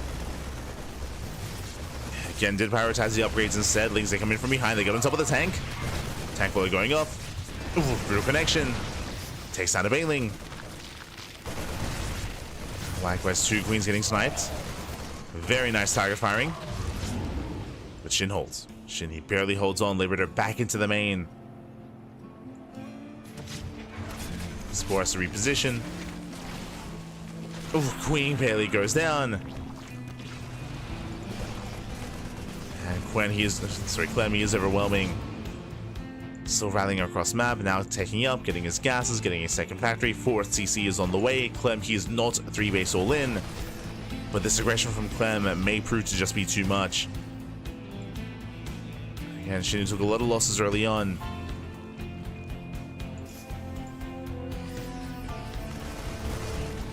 Now Clem, I was going to say he lost his tank earlier, which is true, but now he's up to 2 tanks. Shin diving on top of the army. He wants that tank. Decent surround. Forces the pickup. Not bad. Takes down 1 tank, takes down the other. That was a very close fight. Barely got the army before it really set up. before Clem stabilized. Whew. And Shin holds. Shin, he holds on now. There are 0 tanks here. There's no backbone to this army. Shin, he should have enough. And Clem knows it. Oh, gets a queen. Takes down the queen. Once again, nice target firing. Clem going for a split push. We'll jump on the left. Shin, all of his attention is here on the right-hand side. He's not ready for that split push. Trying to keep up, but no banelings. Now the queen goes down, and Clem is just pulling Shin apart left and right. We have a couple of banelings rolling in, but they can just be target fired. They can, and they will. Yeah, and Clem, he has done it across the map. That's going to be 16 SCV. Oh my god, 16 SCV kills. Shin catching Clem out of position. He wasn't quite paying attention. Wasn't looking. Okay. And Shin holds. Shin, he's holding on. He maintains 81 workers. Momentum being stripped away here from Clem. Okay. He's almost there. He's almost cooking. I say almost because Clem is still pushing. Clem still has a massive army. His economy is hurting, but the army is still solid here for Clem. Rallying in. And Shin, can he hold the line? Can he survive here? Can he take advantage of that economy?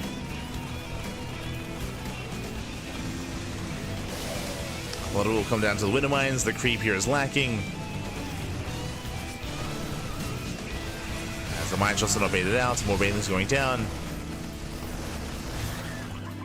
Shin collapsing in. Oh, the mine shots!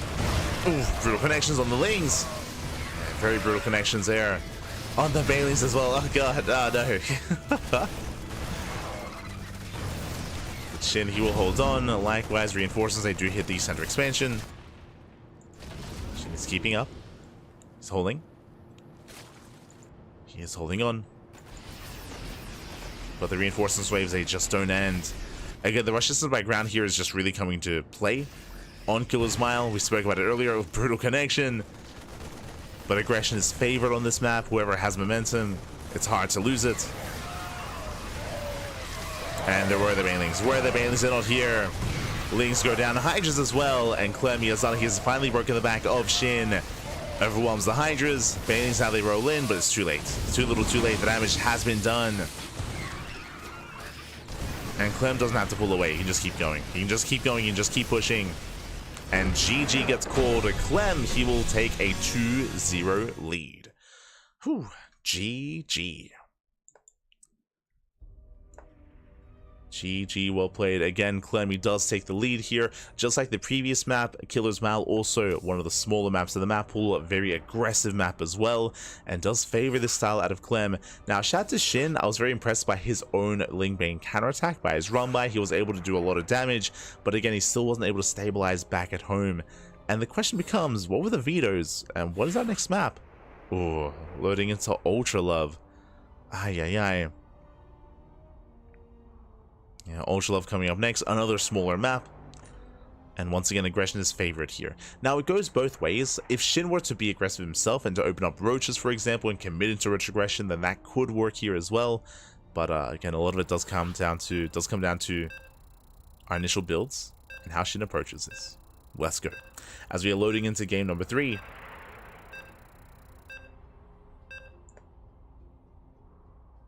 And we'll see if Shin can slow Clem down.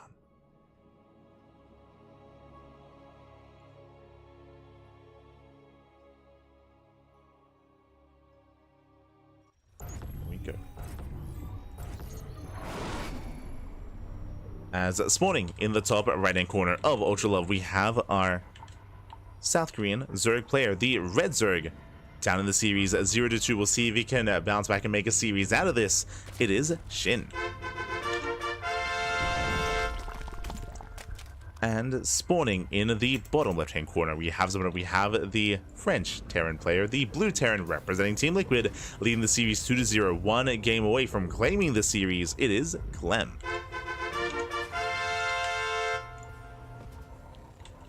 We go. And welcome one all to Ultra Love. Once again, Ultra Love is one of the smaller maps of the map pool. The rush distance by ground is quite short. Once again, to reiterate, there are some defensive features on this map, like knocking down these towers, so you can try to buy time and knock this down and wall this area off. Likewise, these are also choke points that you can use to your own advantage as well. Likewise, the bridge is also very narrow choke points that you can try to make use of, and you can try to make a stand to slow down a push and slow down a committed move out. But overall, the rush distance here still does favor more aggressive styles, and we've seen Clem, of course, use that to great effect in the past. Because of this, especially on some of these smaller maps, it is not uncommon to see Zerg players open Roach. Roach openers are very safe. They're typically a very safe way to play. There's a reason why Cyril does very often just open Roach as well. It is his go-to, just go for Roach openers, go for delayed bailing speed and delayed Ling Bane. Ooh, as we do have one of our casters lagging out. Enough for the first time tonight, unfortunately. Thankfully, it's in the early game, so there's nothing really happening at the moment. So there's no big fight or anything like that. So thankfully, it isn't really impacting the game itself or the players. But feel Sub-Zero, man. Feel Sub-Zero. How does it go? Score 0 as a kid was so cool. Back in the day.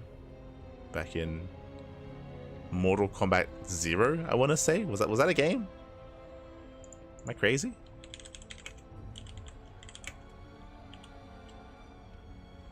Yeah, Mortal Kombat 0. Yeah. I think that's the only Mortal Kombat game that I played.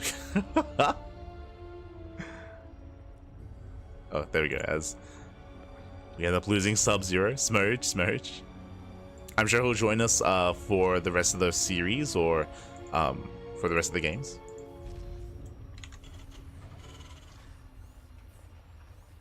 When did Mortal Kombat 0 come out?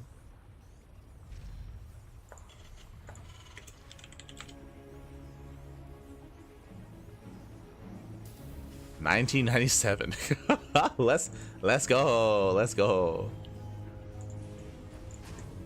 That's the only one that I've played. I had it on the PC. I say I had it. I think one of my cousins installed it on our home PC.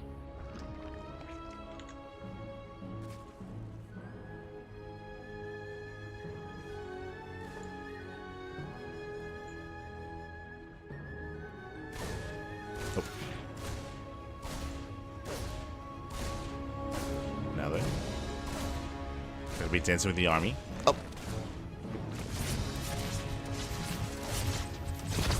Dance with the army, pokes in. No major damage.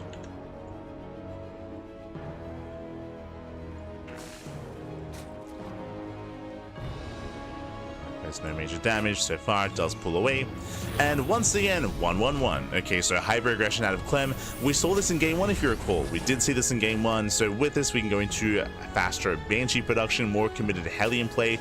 This was, if you recall, when Clem was able to get 11 drone kills at the start of Persephone. We'll see if he can replicate that success. We'll see if SHIN can survive this, defend against this, and minimize his losses. Oh boy. Again, Clem is quite fond of mixing this into a series. I mean, we're seeing it now twice in the best of 5. This tells me that the Hellion count is going to get higher here for Clem, and he will have more potential to dive and to rush past queens into those mineral lines.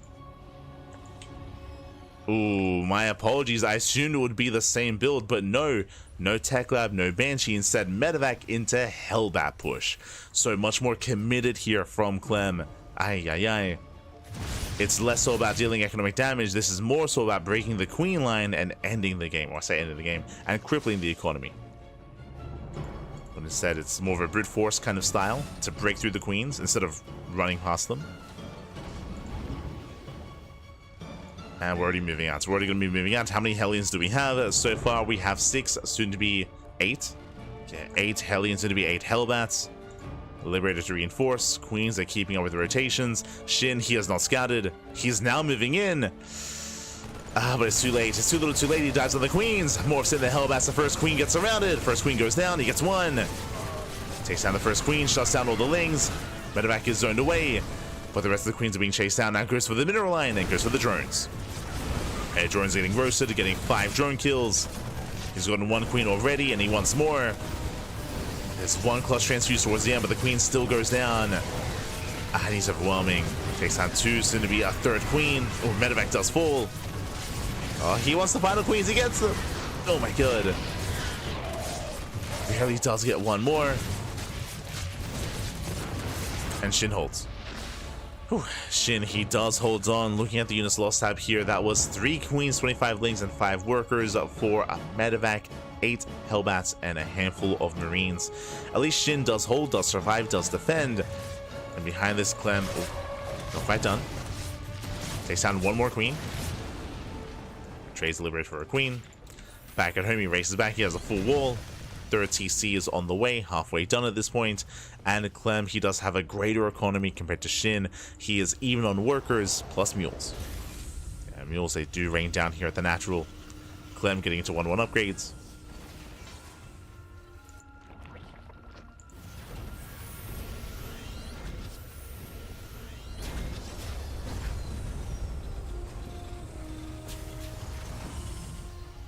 It's on Shin to recover. He is going to go into Roches himself. Roches into 1-1 upgrades. Again, this is actually quite similar to what we saw in game 1 as well. So 1-1 Roach play here out of Shin. It is relatively safe, but again, he still has to recoup those losses and settle back into the game. So we can calm down. We can take a breath. We can take a moment.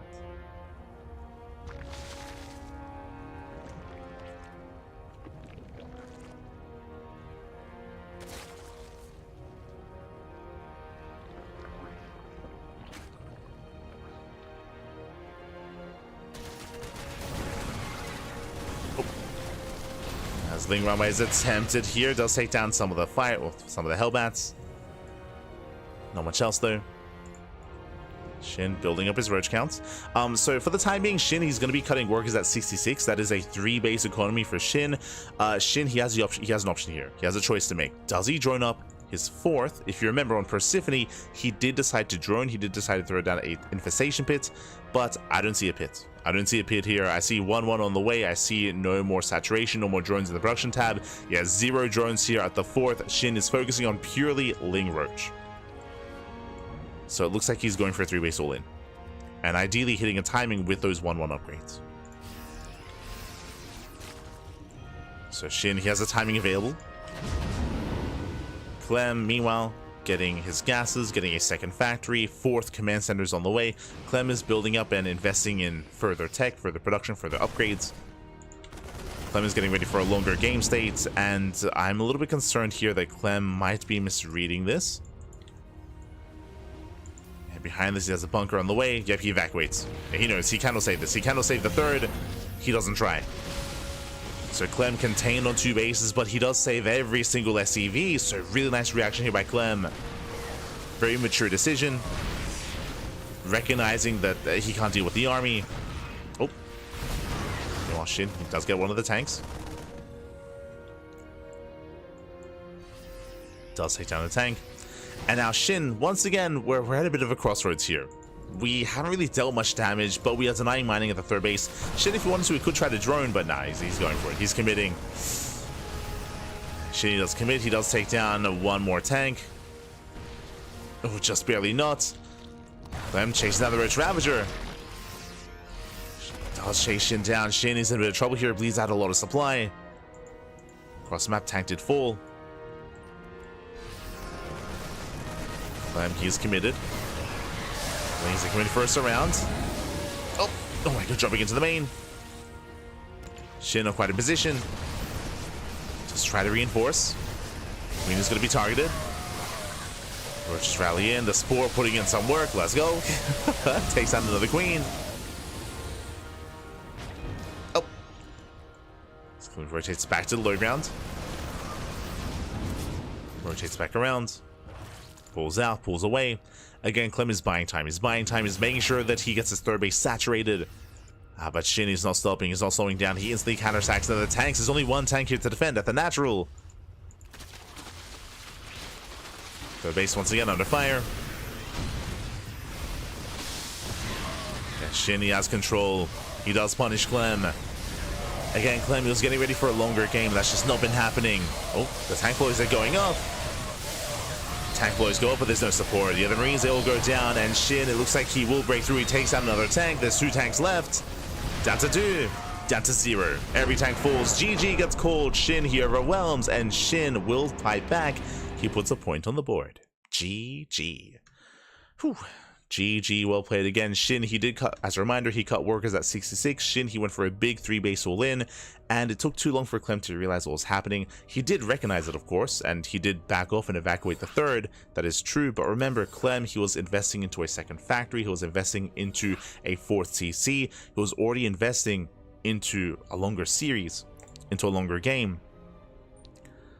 Alas, he wasn't ready for an all-in. And with that, GG, well played. We're getting into game number 4.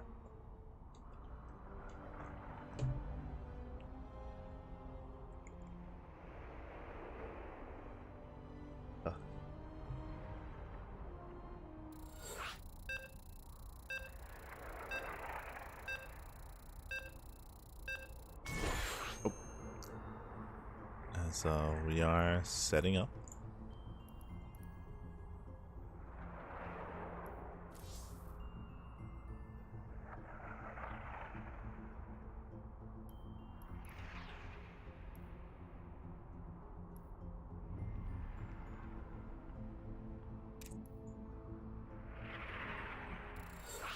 Beautiful.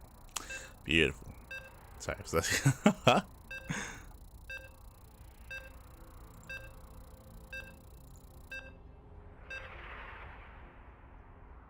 Here we go. So we're getting into our next game. Oh my, geez, that's non-stop small maps. Oh my god. Our next game is going to be here on Whispers of Gold. Sorry, I was just a little bit distracted. We were just getting our lobby ready, lobby together. But once again, another one of these, or the smallest map in the ladder map pool. Let's go. Once again, aggression is going to be favored here.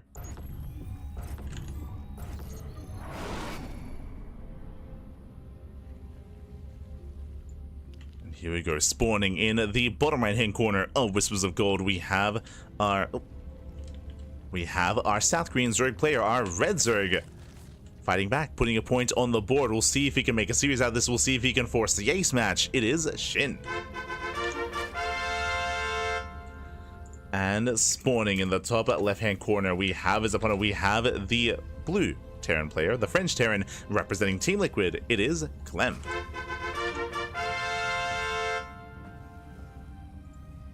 Here we go. Whew.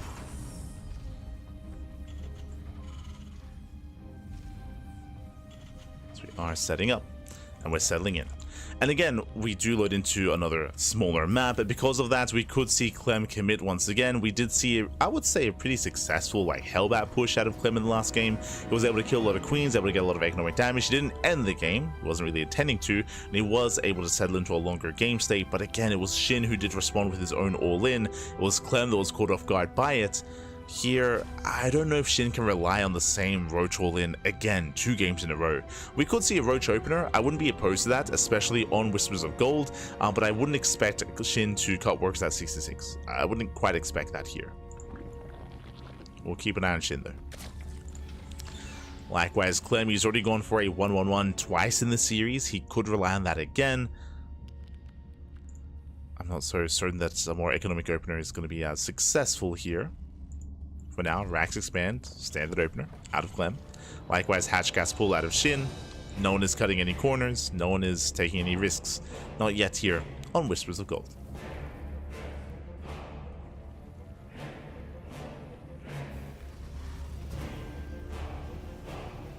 Here we go.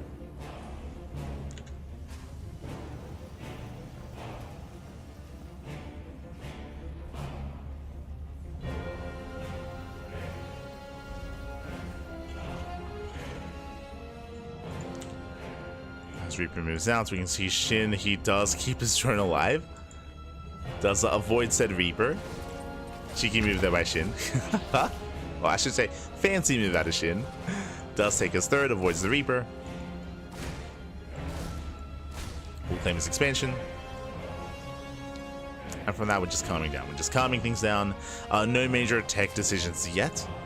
There it is, a 3rd TC on the way for Clem. So Clem is going for an economic build, a 3rd TC before Starport.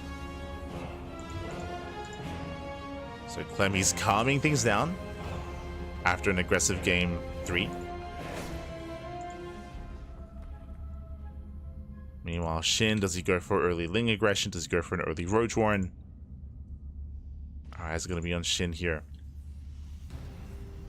As the starport is on the way. From here, we're waiting to see if we do see Clem go for a Tech Lab into an add-on swap into Cloak Banshee, or if he opens up Liberator instead, which he has already done in this series. Has already gone for Libs.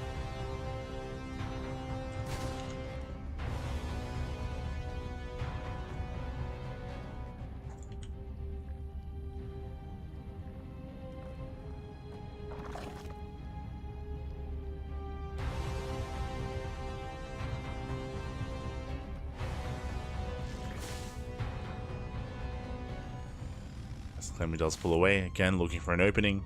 We do have the add-on swap, so it is going to be Cloak Banshee here from Clem, or at least Banshee. We'll see if he invests, there we go, into Cloak. So far Shin is keeping up. Does invest into Lings, but I believe this is just a safety amount of Lings. It's going to be 14 Lings in total. Yeah, and then droning. So this is just to keep Shin safe from any kind of Hellion dive. And it's Clem. Clem, he's known for diving with the Hellions. It's one of his big signature moves in this matchup in ZVT. He's just committing to a mineral line and finding an opening. So Shin playing it safe. Doesn't cut corners, not against Clem. And it is going to be a lair first. Okay, so lair first out of Shin.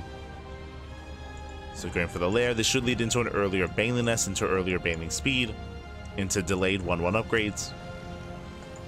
So very safe play here out of Shin. Which also means he most likely is not playing Roach. He's playing Ling Bane instead. Okay, bold move. Bold move out of Shin.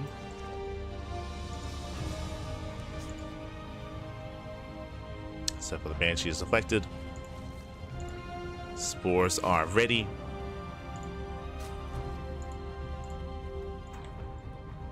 There's that Baneliness that we did mention.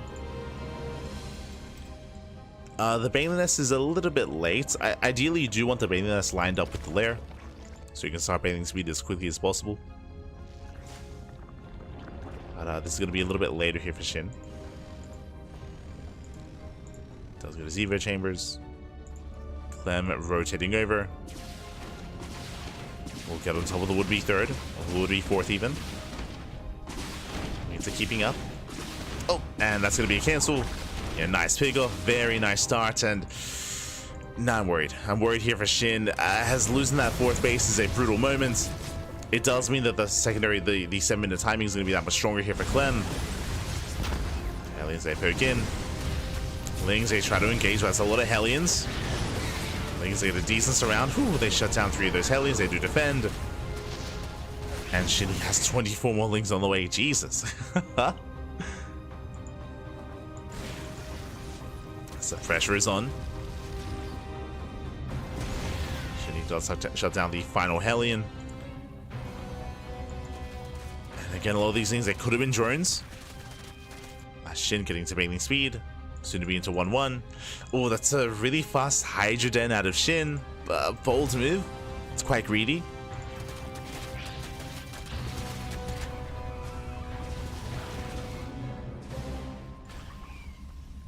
Yes, here comes Clem.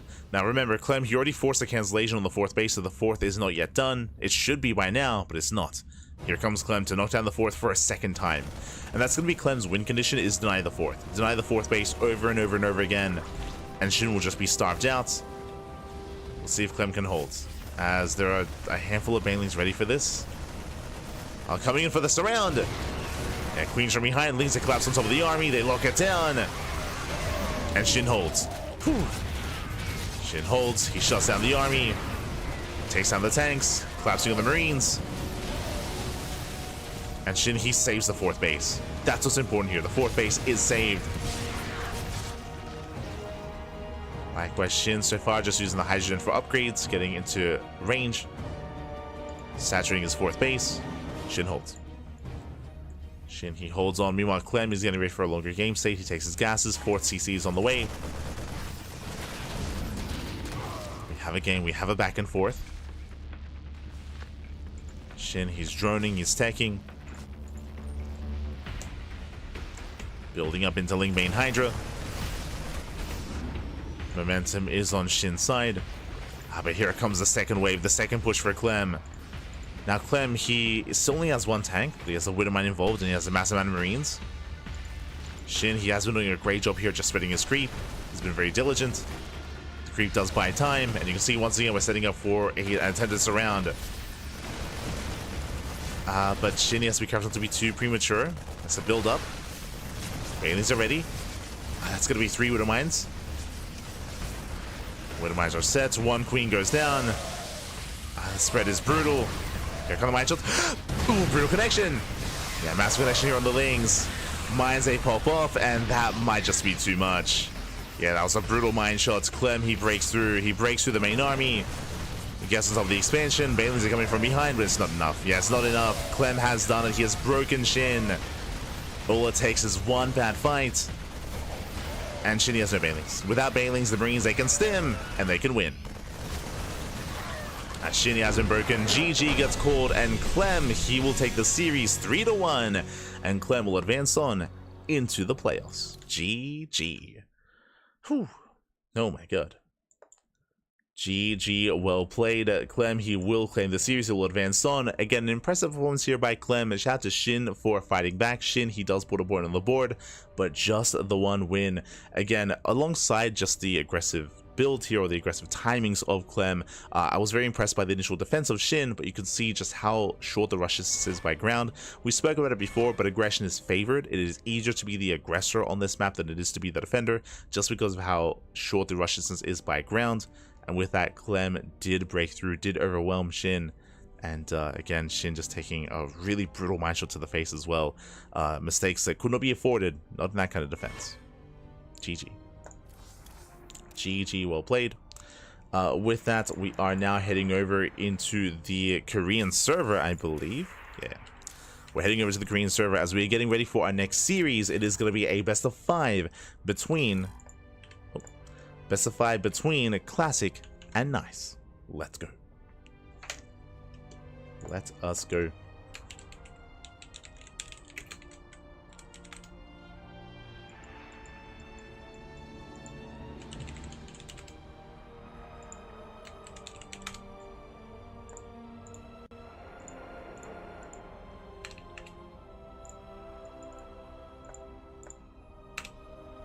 As we are setting up and getting ready for our PvP. Now there are 2 matches left. Quickly switching our scenes over, we have plenty of results coming in. So if you're a fan of SHIN, do not worry, because 2 players make it out of the group. 2 players will make it out. We have Clem coming out in first place, and we have yet to determine the second player. Right now we have the elimination match between Nice and Classic. Once that wraps up, the winner will face off against SHIN in the decider match. So 2 series remaining here, 2 best of 5s left in the broadcast. 2 best of 5s.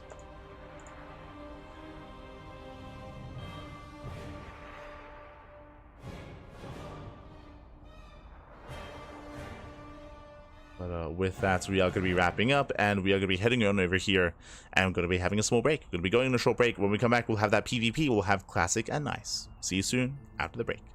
See you soon. See you soon.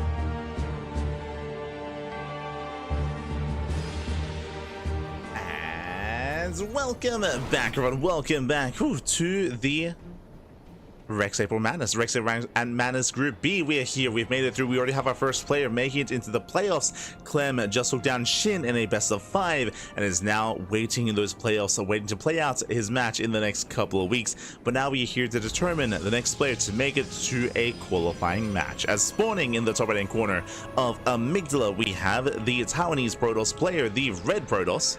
It is Nice.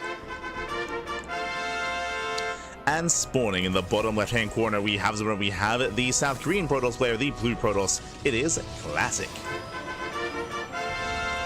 And if you're in the chat, predictions are open. Place your bets on who you think will claim the series. Best of luck in the chat as we jump into our elimination match. Here we go. One of these players will fall, the other will rise to face up against SHIN, as SHIN is waiting in that decider match. He's waiting in the next match, waiting in the next round, and we'll see what it's going to be. Now, coming into this, Classic is favored. Classic is favored, of course, coming into the series. I did mention previously that Nice, he did retire. He retired about a year ago. I think it's been a year, maybe over a year at this point, but Nice, he did step away from the game, but he recently returned to play in a couple of open cups. I believe he's only playing part-time, like he's playing like a little bit more as a hobbyist more than anything. He's not committing as hard as he once did. He's not streaming like he once did either, but he still plays every now and then. You know, it's one of those things where once you start StarCraft, you know, that once your heart's in it, you can't just leave that, you know, it's a part of you, always. So great to see Nice returning to the game, but as I did mention,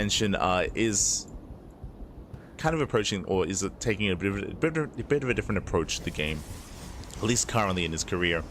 And we'll see how he approaches Classic. Now, Nice, because you know he's taking a bit of a different approach and calming things down a little bit. He has been a little bit more carefree when it comes to his build, when it comes to his styles, and because of that, he's been a little bit more chaotic. And we'll see what he brings to the table here. For now, standard opener, double gate opener here at a Nice. Likewise, we do have a gate Cyber into Stargate into expansion at a Classic. So Classic going for the max packs opener, much more economic out of our blue Protoss player, and suddenly the pressure is going to be on Nice to try to punish this, if at all. We'll see if he can. But now, Nice, he pokes in, Stalker will zone away, and Classic will expand.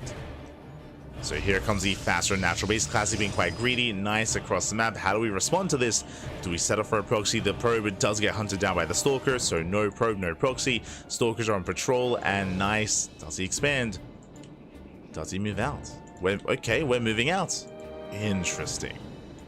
So with this probe moving out, it looks like a one base all in. Yep, there we go. Nice, he throws down 2 more gateways, so we have a 4-gate setup here back at home, and we are getting ready for the all in. Here we go, as we're getting ready for that proxy to reinforce. So it's going to be a bit of a shorter game 1 here, and maybe even just shorter series. There's that pylon. Meanwhile, back at home, Classic does go for a safety Void Ray. Void Ray openers are ideal if you believe you're being all-in.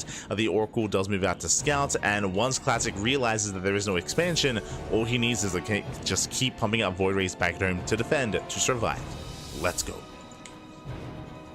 Oracle moves in. Oracle does move in. Likewise, Nice moving out. Does rock up here at the front door. Shield gets activated. And doesn't quite commit yet. He does have a force field. He can try to lock down the army. Can attempt to. Likewise, Classic setting up a second shield battery.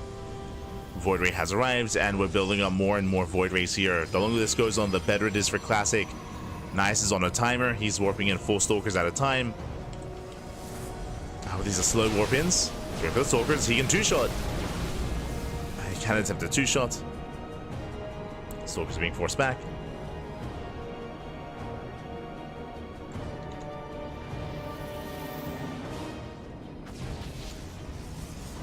So here we go. Doesn't quite commit. We can see Classic setting up back across the map as well. He's got his Oracles, gets 4 probe kills. So we currently have 2 Void Rays. Nice, he commits, doesn't quite get one. And Nice gets punished. Picks off 1 Stalker, picks off a 2nd Stalker as well.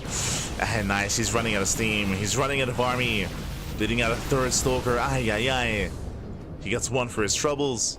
But we have more shield batteries finishing up. Yeah, another shield battery is about to complete.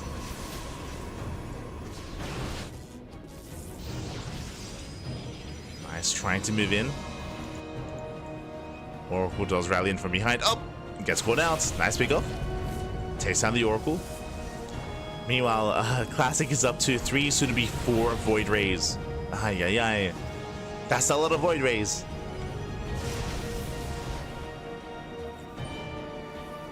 Shield batteries are gathering energy once again. Still that one probe in the main. Another Stalker goes down.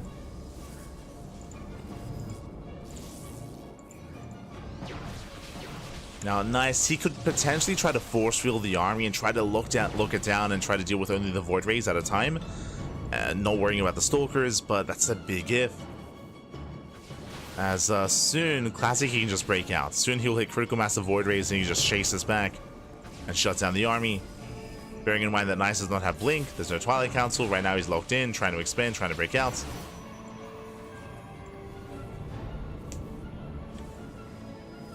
How many Stalkers so far? 15. Now, Nice is getting within one-shot range. The problem is, though, he doesn't have Blink, so he can't dive in. Trying to get under a Void Ray and getting all those shots off at once is not going to be easy. Speaking of, yeah, he goes for it. He goes for the dive. Takes out one Void Ray. One Void Ray goes down. It gets a second Void Ray as well, but the punish is brutal. Ay, ay, ay. That was how many? That was 14. 14 Stalkers go down. GG gets called and Classic he overwhelms. Classic will defend and Classic takes game number 1. Whew, GG. Again, as time went on, it was just getting worse and worse for Nice. He was on a timer, and again, that time had come and gone. We do often see these attempted all-ins to punish this, but players have gotten so good over time when it comes to defending, especially players like MaxPax. He did kind of pioneer. Meanwhile, Hero did adopt this. Again, it was at the end of last year, kind of November, December of 2024, where Hero did embrace this as well, and all the other Korean Protosses have followed suit. Going for the quote-unquote max opener in PvP. It can be very difficult to deal with. Very difficult to keep up with. And now the pressure is on Nice. We'll see if he can bounce back coming into Game 2. Game 2 is going to be on Killer's Mile. Oh boy. A map where I feel like you can be a little bit greedy on as well. There is a ramp coming into the natural, but the natural also has a second entrance towards the third base as well. I'm curious if either player tries to set up on the low ground, and once again goes for a more economic build. Here to find out.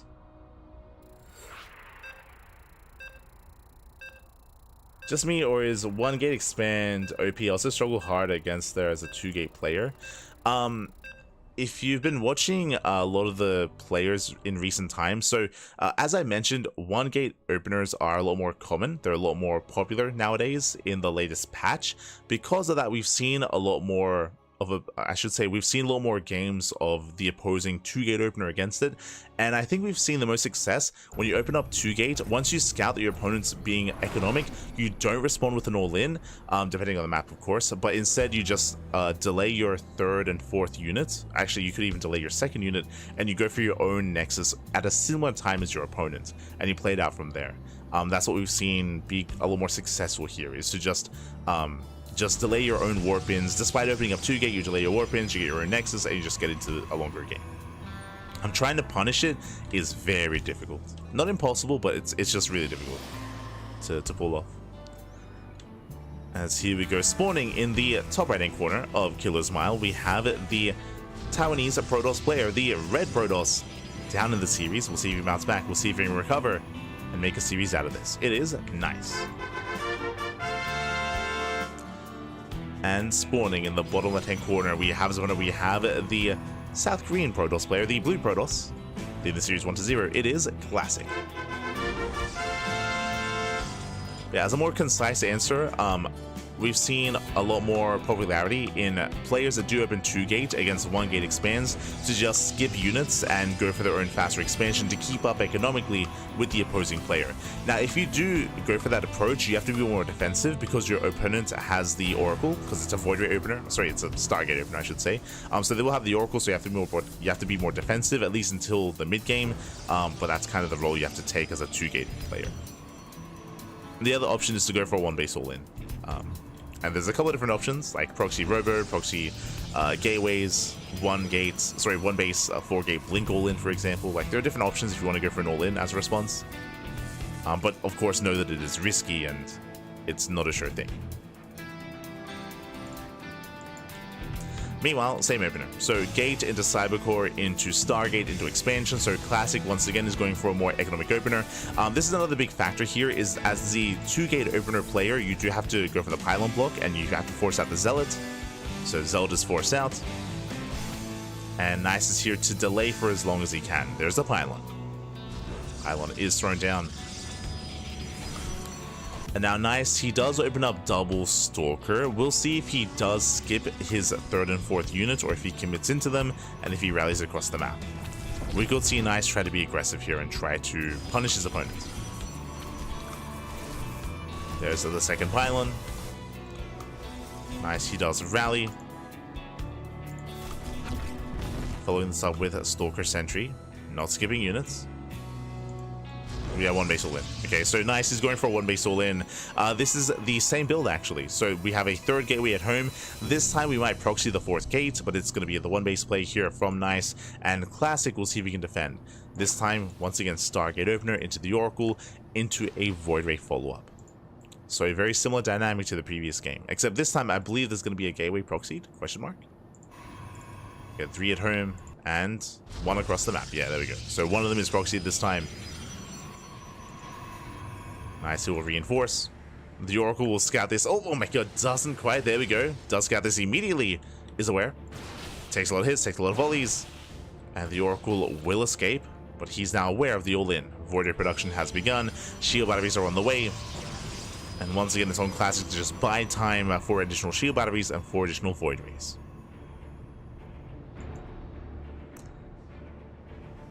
I just like flipping a coin anyway. Yeah, I do recommend watching Hero.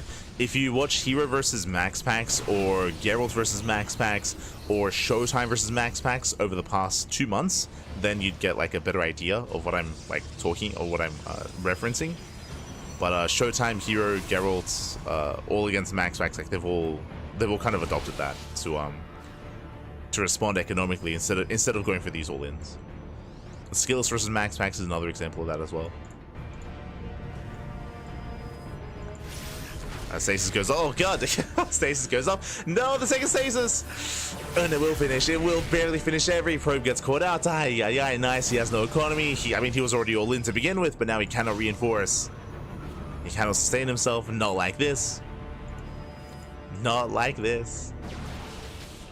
And once again, as time goes on, it's getting better and better for Classic. Building up more Void Rays.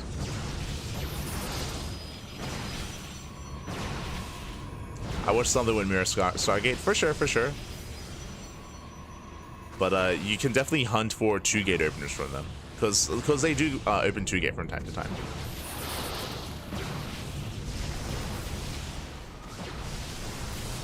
Now, Nice, he pokes in. So far, getting some decent damage on the expansion. Force fields did buy some time. More force fields get thrown down. Oh, meanwhile, the Sentry gets caught. A Stalker as well. Nice catch here from Classic. Breaks out. Classic going back in. He wants another Stasis. Oh, he wants another.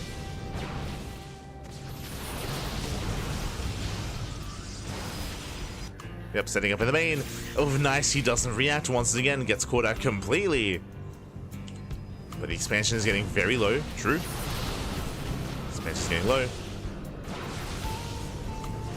Next is taking a lot of hits. Meanwhile, a 4th Void Ray has arrived. With 4 Void Rays, Classic can break out. Yeah, he can break out. He can try to chase this. Now dance with the army. The base is getting very low. Classic, he has to commit. Let's take a stronger stance. There we go. Nice force fields. Does catch out 2 Stalkers. Gets 3. 3 Stalkers go down. Nice, still trying to build up. Nice, he's up to 15. 15 Stalkers. He's bled out 3 so far. Boys are being pulled. There's a prismatic alignment. So he commits. He does commit in.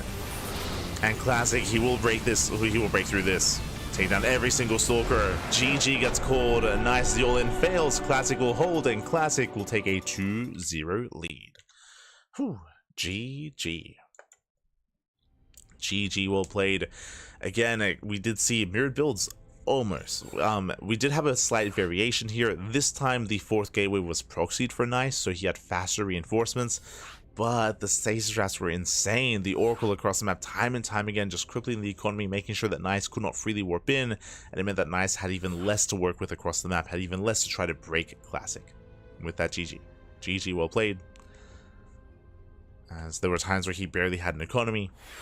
And now we're getting ready for game number 3, and I'm hoping that we see a different response out of Nice, because I'll be honest, I don't see Classic shifting gears. I don't see him going for 2 gate openers. He can just go for another gate expand here once again on Persephone. I'm hoping that Nice does adjust, but we'll see. I don't know if he's too well versed when it comes to these openers, when it comes to these builds. I did mention that Nice did retire last year, and it's only in recent months, that more players have adopted this style. Back in the day, back a year ago, Max Packs, he would be the only player to open up gate expand. But in the latest patch, ever since end of October of last year, we have seen an uptick. We've seen a rise in popularity of this style. In PvP. Here we go.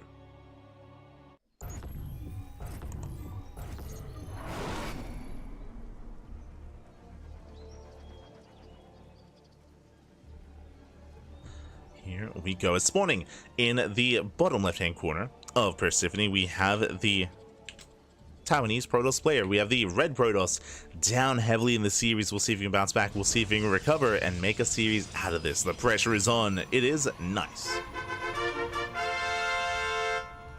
And spawning in the top left-hand corner, we have the blue Protoss player from South Korea, leading the series 2-0, 1 game away from claiming the entire match, and from advancing on a face-off against SHIN in the rematch here. It is a Classic. Here we go.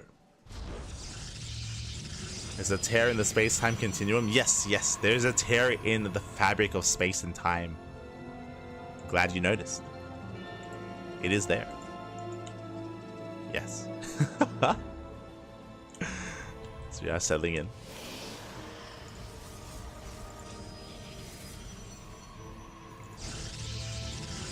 Meanwhile, once again, 2 gate opener out of Nice. Meanwhile, we have a gate expand set up here by Classic. And again, when I say gate expand, it's a gate into Cybercore, into Stargate, into a Nexus. It is the same openers that we've seen every game so far in this series.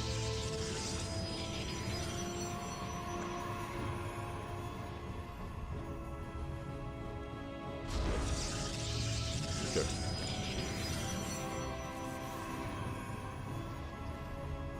Go as we are moving out, and we'll see if Nice can get anything done across the map, and we'll see how he responds. Now there are different variations or variations of all in that you can go for, like proxy robo. We haven't seen that at all yet from Nice. We can go 4 gates 1 base blink all in as well with the Twilight Council. We haven't seen that yet out of Nice either, so Nice does have options if he does want to commit to an all in again. We'll see. Now it does go for the pylon block. Will delay the expansion of Classic.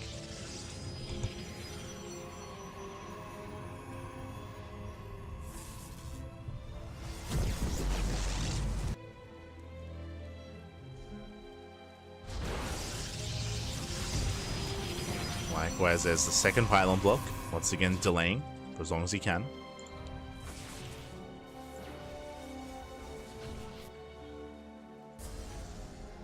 And there it is, Twilight Council first here. So we did speak about a 1 base 4 gate blink build.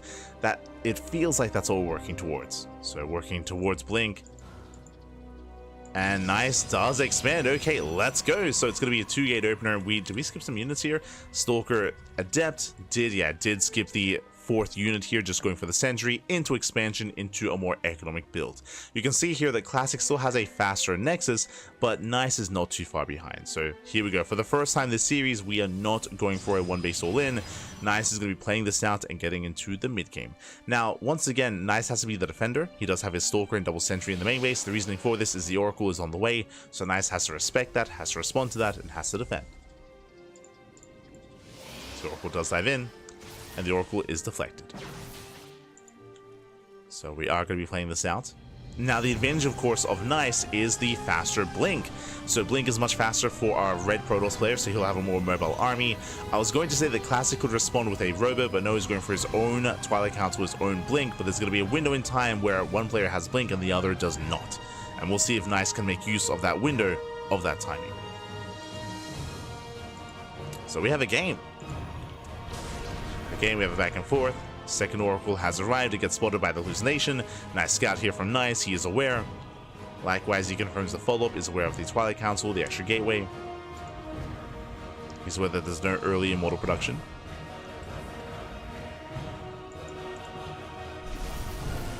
Oracles, they dive in. They get one, they get two, they get three. Ooh, they get three. 4 probe kills. Very nice damage. Getting a 5th worker towards the end. The Oracles, they will escape. They will survive. And so far, a nice flyby here from Classic. And with that, Classic takes the lead. Again, that is the main strength, I would say, of this build from Classic, is that it gives you map control and it gives you harassment opportunities here with the Oracles. So very nice damage. The downside, of course, is going to be that Blink timing as the first Oracle goes down, and Blink is now done for Nice. Blink just now beginning here for Classic. So we'll see what Nice can make use of. Likewise, he can also start into earlier charge if he wants to.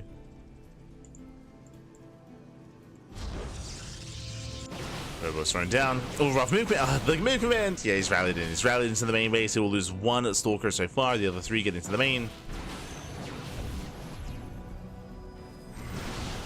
Blink's the low ground. You can 2-shot. 2 shots. Recalls back home. Bleeds out another Stalker. Ay, ay, ay. 2 Stalkers for 3 probes. A little straight here from Nice.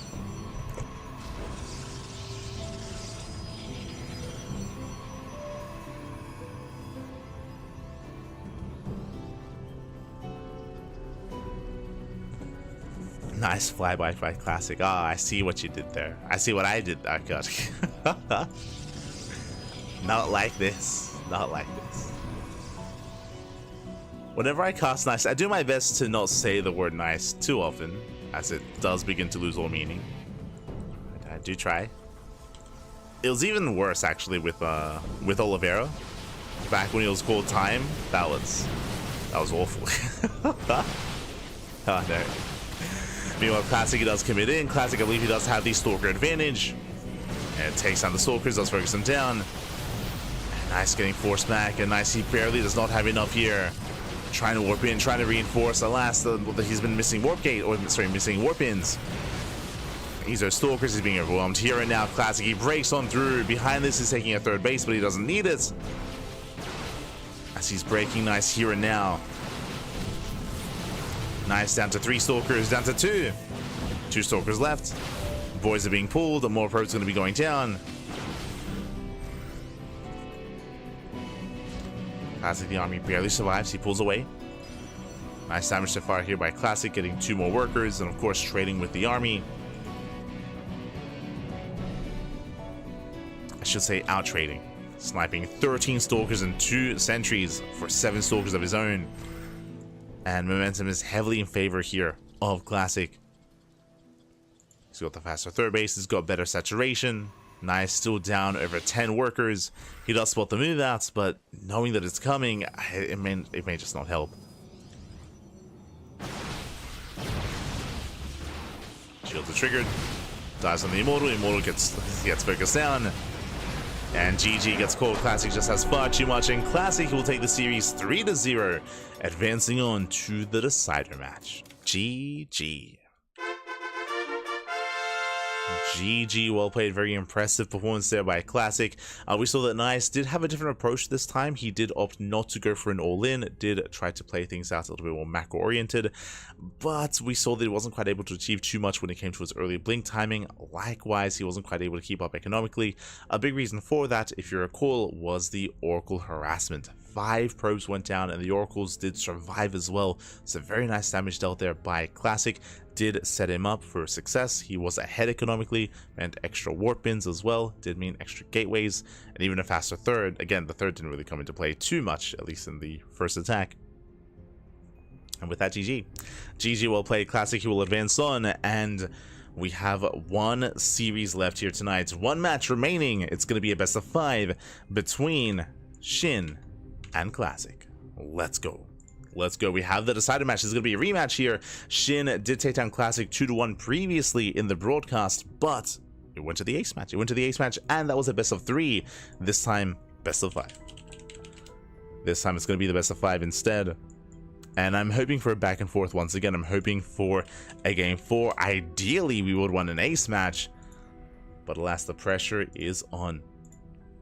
And unfortunately, there's only room for one. There's only room for one of these players. I would love to see both of them make it into the playoffs. But Clem took that first spot. Now there's only one spot left. We're going to be going on a short break. We're going to be going on a short break. And when we come back, we'll have that final series of the night. We'll see you soon. We'll see you soon, man. See you soon. As we get ready here for that final best of 5. Until then, take this time to get some snacks, get some food, get some water, drain your disruptors, massage your marines, and hydrate all of your hydras. We'll be back soon with SHIN vs. Classic.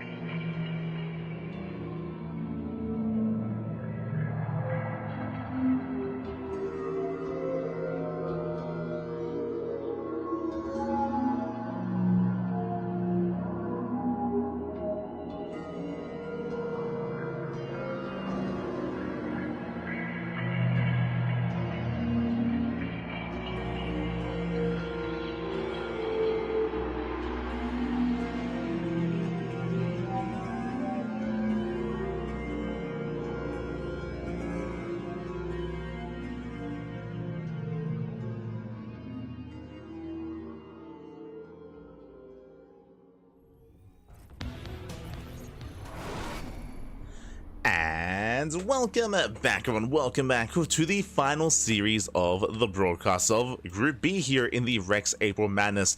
We already had Clem making out in first place, and now we are here to determine the final player to make it through into the playoffs out of this group. As spawning in the top right-hand corner of Home, we have the blue Zerg player, the blue Zerg himself. It is SHIN. And spawning in the bottom left-hand corner, we have his opponent. We have the red Protoss player from South Korea. It is Classic. And if you're in the chat, you know what time it is. It is Gamba time. Predictions are now open. Place your bets on who you think will claim the series. Best of luck in the chat to jump into our final match of the evening of the broadcast of the group. Let's go. Unfortunately, there's only one place left. Only one place left. Only one of these players can make it through into the playoffs. Unfortunate. I mean, I would love to see both of them make it through. I do think that both players are quite comparable in skill. Both Classic and SHIN are quite close here and quite comparable when it comes to their caliber of play. But again, only enough room for one. Let's go. I'm at least hoping for a back and forth. I'm hoping for a game 4, maybe even a game 5. The last thing I would want is a 3-0. Not here, not in the decider match, but we'll see. We'll see. It all comes down to our players. For now, we have our Hatch Gas Pool, standard opener out of SHIN. Likewise, Classic going for his own gate expand as well.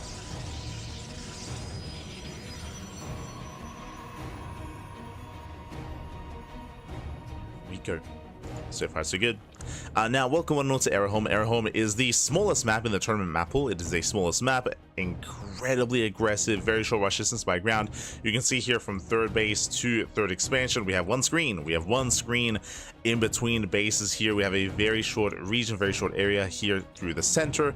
There is a small choke point that you can take advantage of, and there are these ramps as well that you can also use defensively. But all in all, the rush distance by ground is very short, and aggression is favored on Home.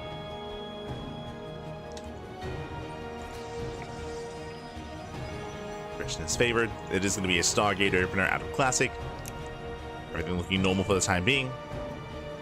Likewise, SHIN getting ready for his own third expansion.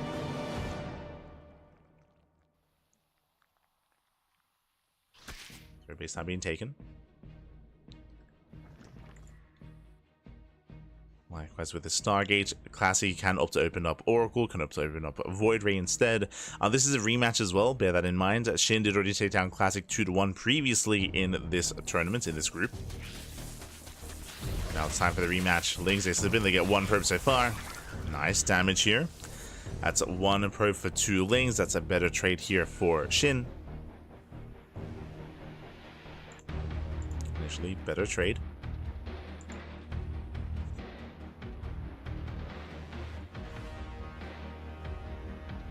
Likewise, oh, okay, not going to be the Oracle. Instead, it's going to be a Void Ray opener here out of Classic. Interesting.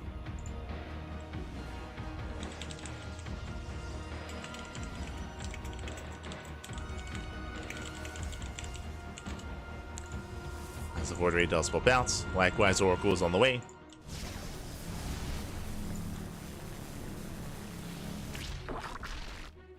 With this Void Ray again, SHIN, he's going to be denied vision, denied scouting, Overlords are being hunted down, and Classic can go for some hidden tech. We'll keep an eye here in the main base. We did see Classic attempt to go into Glaive previously here tonight, but with some mixed success there, wasn't quite able to achieve the damage he was hoping for. Here it looks like a more standard follow-up as a second Overlord gets caught. And this is on SHIN. SHIN, he did not pull away despite knowing it was a Void Ray opener, despite seeing the Void Ray earlier. So far, 2 Overlord kills. Nice damage, and here comes the Twilight Council. I don't see a Forge. Uh-oh. Yeah, we just spoke about Glaives, and we saw Classic attempt this previously in the broadcast, and now we're seeing it again. Oracle dives in, gets 1 drone. Now again, I'm assuming that this is going to be Glaive Adepts. We have seen some players go into Blink from here, specifically Hero. Hero, he does enjoy going into Blink, so technically it is an option. Meanwhile, Lings going first round, they do not force a cancel. Yeah, they don't quite get it. Nexus does survive, and show us what you got. Show us the Glaives or the Blink. And there it is. Glaive Adepts are on the way here for a Classic. He does commit, he does double down. SHIN already going for a safety Roach Warren though. Already in production. Checking the vision, SHIN, he did not see the main base, but is playing it safe nonetheless. So he has the tools to defend.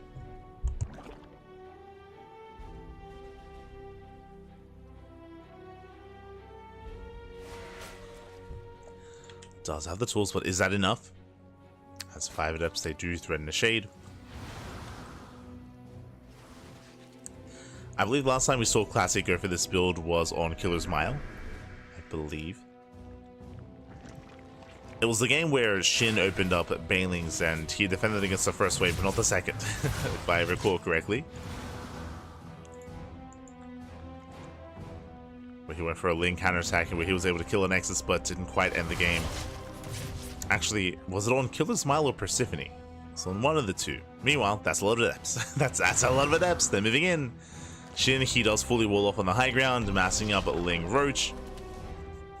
Adepts are revealed, and Shin does it wall off in time. He does. Does wall off. Stasis is denied. Denies the stasis. Adepts take him into the shade. They knock down the front door. That's a kill, not a cancel. But the army is slowed down. Shin, he collapses in, takes down a good amount of the adepts, but the rest will shade into the main. They commit. Drones are falling. Getting 1, getting 2 drones so far. Getting up to 3. No major damage yet. Ooh, as we are getting now up to 5 drone kills. Did I say 5? Getting up to 7. 7 drone kills. Queen goes down as well. Shin is being pulled apart. So lackluster reaction in the main. And this is becoming too much here. 11 worker kills. And Shin, has he respond? All in. He's going for the all in. Honestly, this was a good start for Classic. Classic, he gets 11 worker kills. He does trade well. But back at home, what does he have to defend? He has some shield batteries on the way. He has 3 sentries. He has an immortal in production. He has 1 void ray. Last, I'm not so sure he's going to be ready here for this push, for this counterattack. There is no roach speed. You see here the queens are kept hidden. But the void ray will slow this down, getting 1. Oh, they're not getting the roach.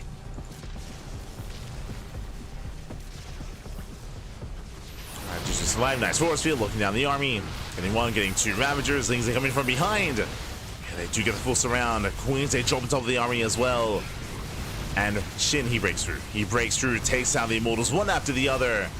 And Shin, he has too much. He has far too much here. It was good economic damage earlier, but alas, we are not ready back to defend. Lings, they flood on in. Hero, the wall is not a wall. And Shin, he's in the third. He's in the natural, and he's in the main base. Going for everything, gets the surround on the Robo. And going for the kill, as that's going to be 14 worker kills. The Immortal looks like it is barely going to pop out in time. In time to get surrounded. Nice opposition micro here with those probes. Nice micro. Miles on the pylon. Denies the warp in. Queens are being targeted, and the Classic is attempting to pull off this defense, but the losses are just far too much. Army Star steps in, GG gets called as the natural base is compromised, and Shin will take a 1-0 lead. Ooh, GG. Shin, he will take a lead in the series here, will take the initial game. Again, Classic did open up with Glaive Adepts, and he did a lot of damage. He did well for himself. Killed 11 workers, he was able to snipe some queens as well, but we saw Shin be so decisive in the counterattack and the counter all-in. We saw that Classic, he wasn't quite ready for it, he wasn't expecting it either, he didn't see it until it was already in his face. That is also the power of Arrowhome. We spoke about it, but Arrowhome is a very small map, very aggressive map. Aggression is favored, and it goes both ways. Does go both ways. GG, well played. With that, Shin does take a lead, but now we're getting game number 2, and we'll see if Classic can bounce back as we load into Persephone. Let's go. Persephone, of course, being a very direct map in the map pool.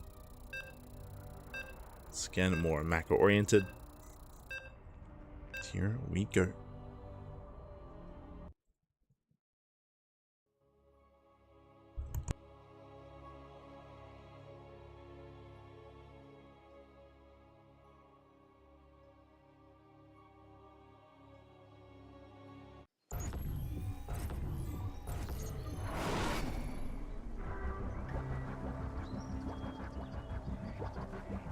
As spawning in the bottom left-hand corner of Persephone, we have the South Korean Zerg player, the blue Zerg, leading the series 1-0. It is Shin. And spawning in the top left-hand corner, we have as opponent, we have the South Korean Protoss player, the red Protoss, down in the series, but it's a best of 5. Plenty of games ahead of us, plenty more games to come. It is Classic.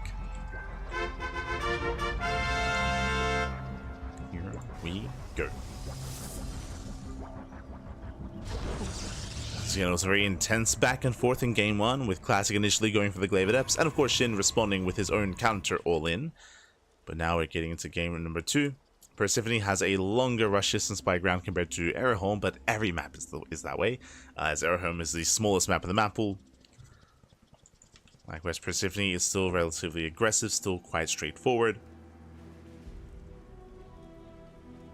And we haven't seen too much late game on this map. If at all, actually.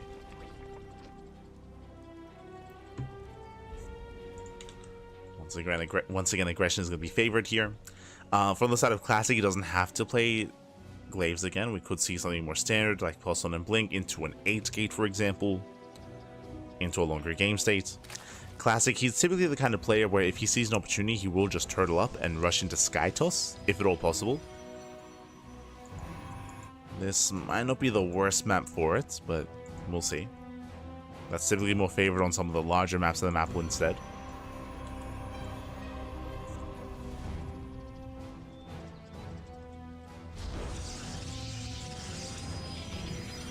Here we go. So far, standard opener, hatch gas pool, standard opener out of Shin. Likewise, Classic going for the gate expand into Cybercore. So nothing crazy, nothing out of the norm. Everything so far is normal. From here, the Cybercore is complete, and now we can go for our tech of choice. We can go for the tech structure here in between the bases, going for the Stargate.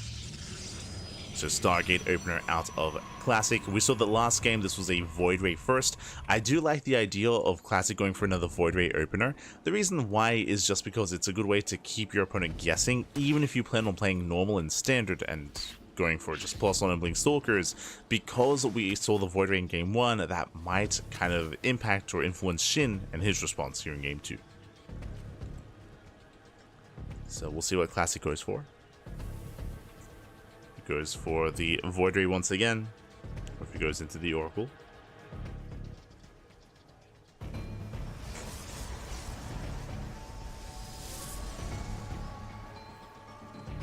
And yeah, we have the answer. Once again, Void Ray opener, so I do appreciate this. As I mentioned, like, I do think it's just really good mind games as you play out the series. Keep Shin in the dark. Step this force back. Void Ray will be hunting down the Overlords, and the real question becomes, what do we see after this? So it's going to be a Void Ray opener that is of course clear, but from here we can go into a third expansion into +1 and Blink. We can go for a third expansion into earlier Glaive Adepts. We could even go for a Fleet Beacon into Sky Toss. So we got options. Void Ray moves out. Oracle follower. As the Void Ray is hunting down any stray Overlords. There was one free Overlord kill across the map. Third base is on the way. It is going to be Eva Chamber first here out of Shin, so this should be +1 melee. It looks like Ling Hydra out of Shin. There is a high chance that Shin will skip his Roach Warren. If he does, something like Glaive Adepts would wreak havoc. Shin going for the going for the gold, double expanding. So third base into the gold as well, double expand that is Shin. Very greedy play here from our Zerg player. Meanwhile, do you see what I see? I see a Twilight Council as the third base was being taken, and I don't see a Forge. This looks like the same build. This does look like Glaive Adepts. So if it is, I like this a lot more. The reasoning for this, as I just mentioned, do you see what I see? I see melee. Melee is on the way with that faster Eva Chamber. I see a Ninja base on the way as well, and I don't see a Roach Warren or a Bailey Nest. So something like Glaives can hit quite hard. And yep, there it is, the Glaive Adepts are on the way. So this is the same build 2 games in a row from Classic, but the response and the play of Shin is different this time. Last game, Shin played very safe with an early Roach Warren. This time, Shin is being greedy. So Shin is being greedy, and there's a higher chance that this works here in game 2. As he knows. Yeah, he sees the Eva Chamber. So Classic, he knows that Shin is skipping tech. He's already aware. And Shin is in danger. Is in danger here. Shin, right now, he's droning. He's droning, he's massing up Lings, he's massing up Queens. Again, 0 Roaches and 0 Banelings. Now, of course, because of the goal base, it does mean that SHIN can afford some losses. Oh! Stasis goes off. Yeah, massive connection. Half the middle line gets caught out. I was going to say here that because of the goal base, even if SHIN loses, say, 12, 13 drones, these are acceptable losses. The goal base makes up for that. Or maybe not. I mean, 13 workers is a lot, though, but but he can recover those losses. He can recoup. Meanwhile, adepts are banking up and then moving out. And again, that's a lot of adepts. Adepts are sent across the map. Baliness is halfway done. It won't be done in time. Stasis ramp, does not pop off in the natural. Adepts are shading in. They're shading in. Again, it's purely Lings to defend. And he commits to the shade. It does commit. Lings are going to melt. Queens, they try to engage, and every Ling is going to go down. And from here, we shade into the mineral lines. Every Ling falls. Queen gets targeted. We shade into the main. Actually, no, we cancel the shade. Going further into the natural. So far, no major economic damage. Baneling production has begun. So SHIN is just by a little bit more time here for his Banelings. As more drones getting caught out, it's going to be 9 worker kills. Oh, does he split? The splits are good. Splits are good enough.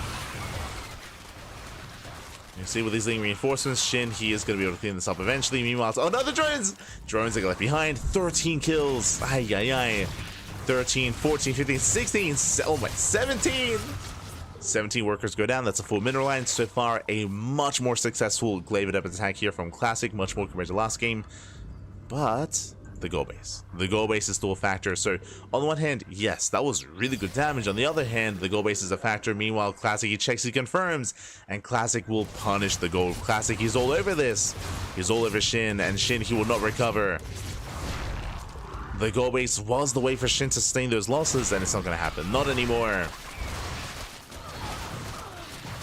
I say that, Lings do deal with this, but now Classic knows where to direct his attention. Speaking of directing his attention, there it is. More adepts are on the way. Just warping in more adepts. More army. Adepts, they shade in once again. This is becoming game-making damage. It's becoming far too much here. Another 5 drones go down. Adepts, they poke in. More adepts on the way. Yeah, the goal base has to be evacuated. There's no surviving this.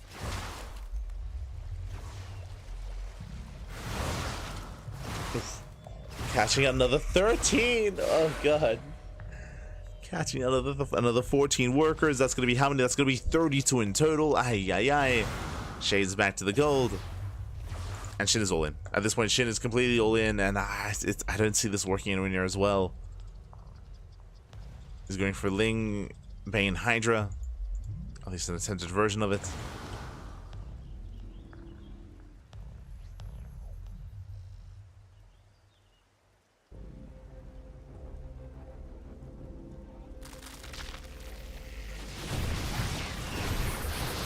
As SHIN, he does get on top of the sentries, not a bad surround. Takes down the sentries, going for the immortals. Nice juggling here by Classic. He does save one, does save both, just barely. Saves the immortals, and again, it's all or nothing for SHIN. He has to end the game here and now. And the longer this goes on, the better it is for Classic. As he breaks through the initial line of defense, takes down all the Lings, and there's almost nothing left. Yeah, we're running on fumes here. SHIN, he has a couple of Banelings, he has a couple of Hydras. SHIN does not have enough, takes down the Prism. Not a bad pick-off. But every Hydra falls, and with that, GG gets called. Classic, he fights back. He puts a point on the board. Whew. GG, well played. We have a back and forth, we have a series. Again, we did see the same build 2 games in a row from Classic. Meanwhile, SHIN, he did cut corners. He was far too greedy. Ninja base, and of course, +1 melee, so hyper greed out of SHIN. Gets punished for it, gets shut down. GG. GG, well played. With that, we have a back and forth, and now we're loading into game number 3. We're going to be loading into Ultra Love. Let's go. We have that final map, or that next map, in game 3.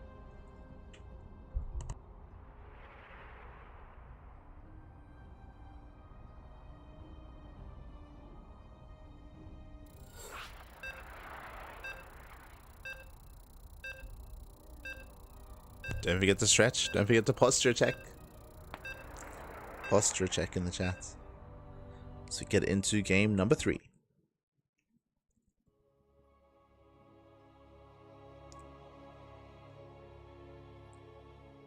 we go.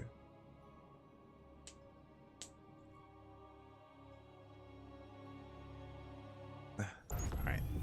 Beautiful.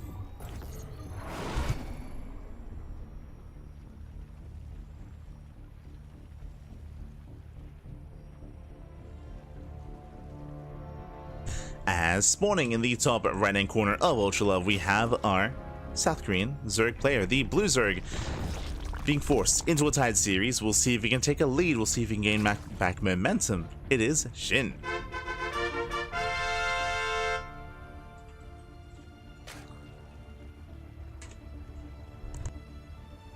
And spawning in the bottom left-hand corner, we have the South Korean Protoss player, the Red Protoss, fighting back and putting that point on the board. Momentum is on his side. It is Classic. Hello. I was not expecting this. Classic is being cheeky here. Does move out on the right-hand side, does avoid the initial Overlord scout. And I'm curious if he's just coming with a more cheeky scout himself. And okay. He is going for the scouts. Interesting pathing. Very interesting here. He does avoid the initial Overlord. He does skirt around the edge. He will come in. This is a later scout though because of that diversion. And it is still Hatch Gas Bull. Standard opener out of SHIN. Classic, he will not deny the expansion. Okay. Interesting.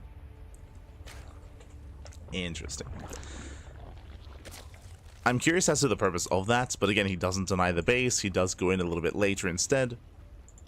For now, we just calm down. So we have a gate expanded to Cybercore. Standard build here by Classic. Nothing cheeky across the map.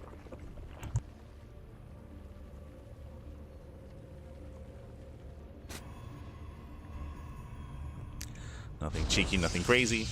Based on the pylon placement, this does look like a Stargate opener, but we'll see. I mean, it's been the Stargate opener every game so far. We're not expecting Twilight Council play yet out of Classic. Now, Classic has gone Glaives 2 games in a row. Does he go for it for a third time?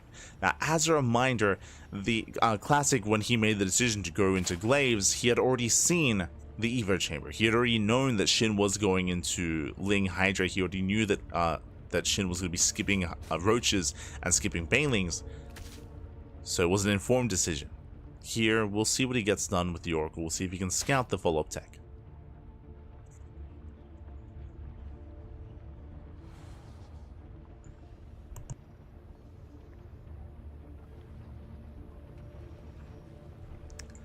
As his Stargate is about to finish. Both in Game 1 and in Game 2, Classic did open Void Ray, so he could go for another Void Ray opener. Once again to try to hunt down those Overlords, once again to keep the opponent busy in the dark. This time though, Oracle. Okay, for the first time this series, Oracle first.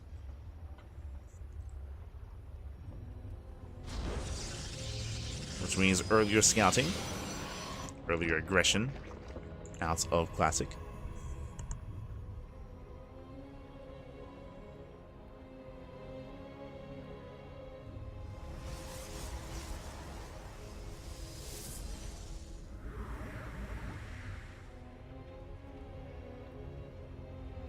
A lot of Seduction into the mineral line. 3 drone kills so far. Some decent damage here out of Classic. Game 3 workers. Oracle moves out. Second Oracle's on the way. And so far, this looks like the most standard build that we've seen so far out of Classic. Triple Oracle into +1, or into a third base, into +1, and Blink.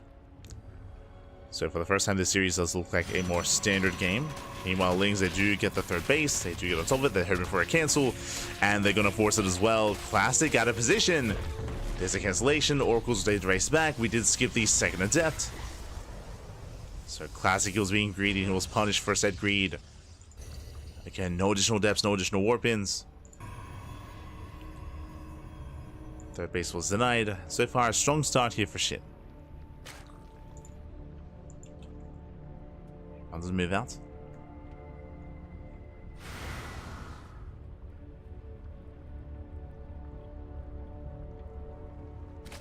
Move out, as I did mention, standard follow-up, Forge, Twilight Council, this time no Glaives. No Glaives here out of Classic. Does shade into the mineral line, gets another 2 drones. Say 2, can get up to 3. He's up all the Lings, takes down the Queen. Oh, this is getting out of hand, getting into 4 drone kills, shading into the main. Another drone goes down. 6, 7, 8 workers. Ay. SHIN is stuck redroning, resaturating. Going for his lair. Lair is a little bit more delayed. Goes hold that aggression. Now, because Classic has dealt so much damage, he has the option to try to turn this into a 3-base all-in. Right now, he does go for a gateway explosion. It's going to be 5 gates. 5 gates for the time being. We are looking for 2 more gateways. We're looking for a 7-gate setup into potentially a proxy 8th gateway across the map. As another gate gets thrown down. So right now up to 6, which is more standard.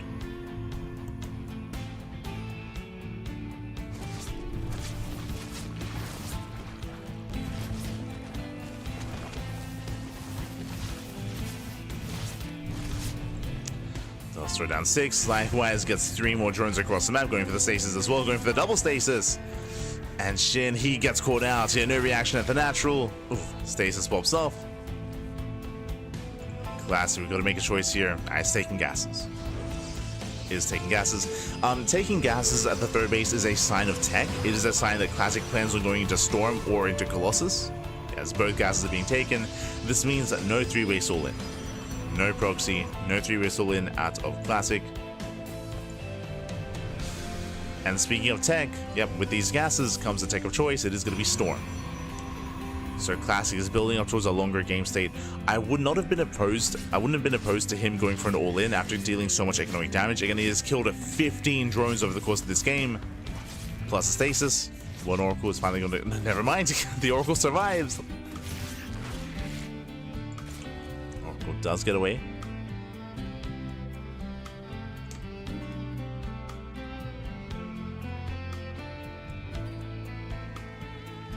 Classic is moving in to try to force a kill.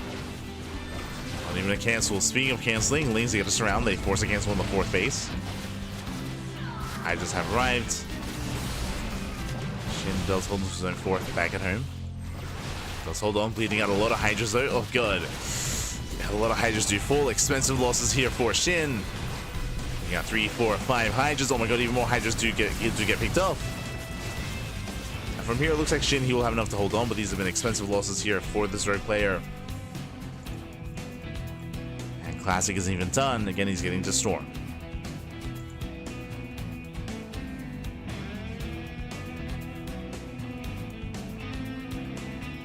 Getting into Storm, getting into Charge.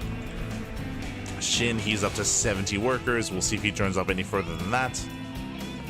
Or if he commits on 70 drones.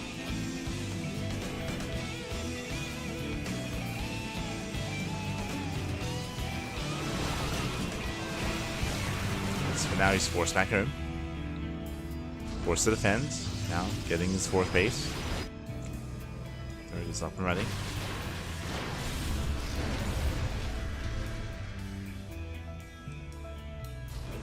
You can see SHIN teching up. He is not going for the all-in. He's droning, he's teching, going for the infestation bit. This should be for the hive tech. This should be for the Vipers and potentially even Lunkers as well.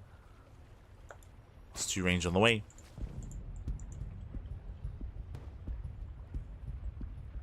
SHIN is initially moving out though. Catches out one of the Oracles. Second move out towards the left.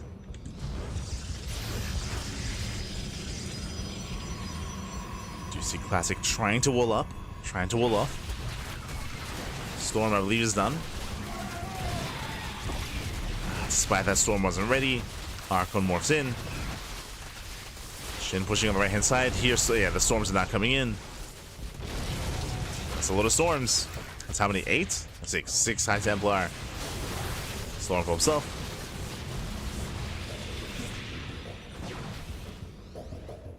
Does pop off. Buying time. SHIN has not been droning, by the way. He drones up a little bit, squeezing out a couple of workers, but he's still on 72. He's maxing. He is maxing out. Ooh, we'll take a storm to the face. Classic so far, he's holding on. He deflects on the left, he deflects on the right. Of course, we do see Shin trying to trade out those roaches. Picking up any key units. Checking out a couple of stalkers. Hive is almost done.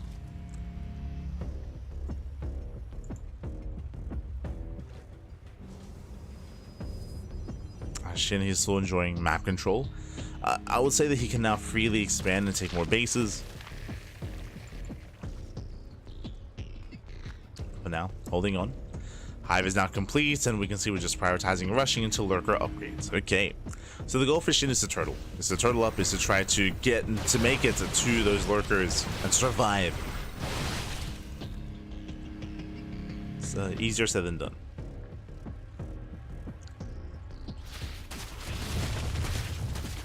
He is making his way there. Both players are maxing out. I do favor Classic in a head-on fight. How many lurkers are there? So far, 9. That's not that many. Just under 10.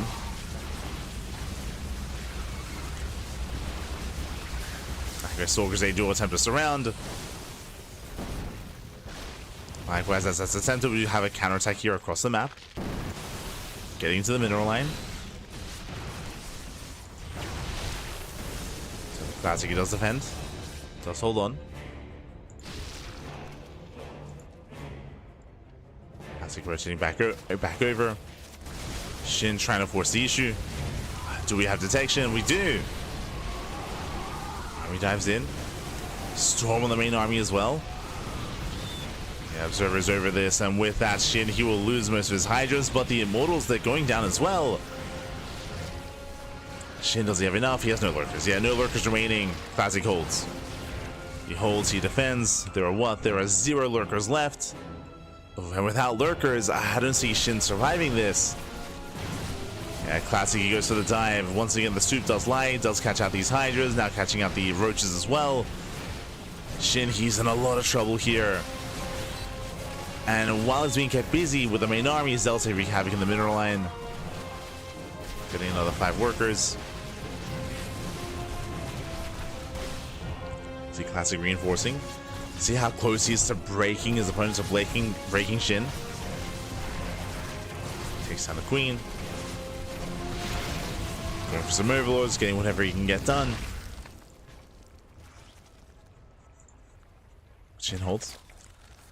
Shin does barely hold on.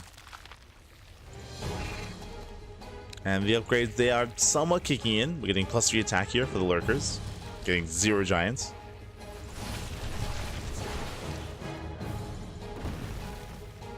Sorry, my mind was elsewhere. I don't know why, but my mind went to Warcraft 3.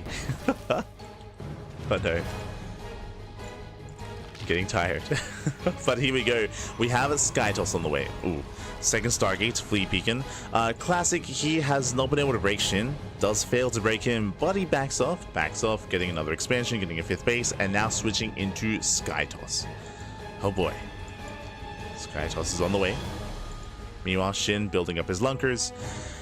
Now, Shin, he does now have some Hive Tech upgrades, that is true. He can try to break the expansion, the armies, they do pass by each other, and do we go for the base? Do we go for the Nexus? Uh-oh.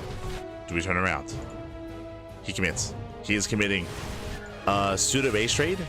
Yeah, Nexus is going to go down. Classic, he commits across the map. Nexus falls real fast and real quick. Shin going for the kill, going for the natural. Yeah, but Classic, his army is not quite large enough here. Breaks down the front door. Likewise, Shin, he runs into some storms. Storms, they pop off, they connect. Hydra's going to be going down. Likewise, natural base does full. Meanwhile, there are lurkers on the high ground. 3 lurkers morphing in. Oh, do they bar in time? Oh, they're not going to bar. Oh my god, they barely do. There's 1 lurker left.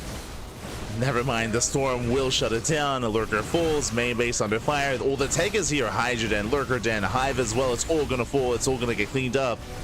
At the same time, Shin making his way into the natural, but there are Tempest to defend. And there's a Wente here. Nothing shoots up. We have lurkers, we have roaches. These Tempests will kill everything.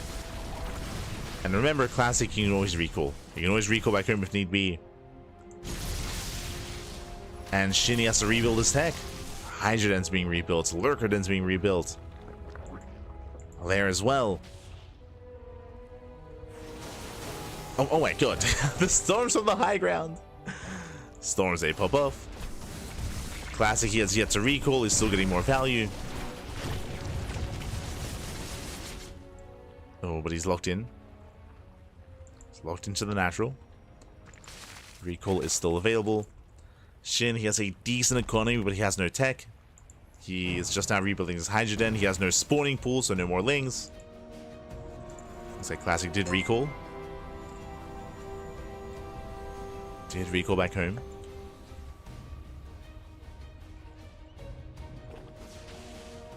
He's moving in. As he moves in, SHIN comes in for a counterattack, but there's a wall of cannons. Yeah, the cannons do defend. Lings, they do catch an immortal. Barely not. Yeah, the army's in position.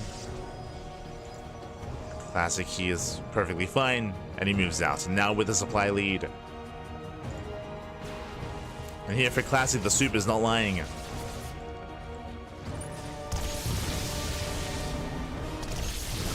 Classic, he attempts to move in.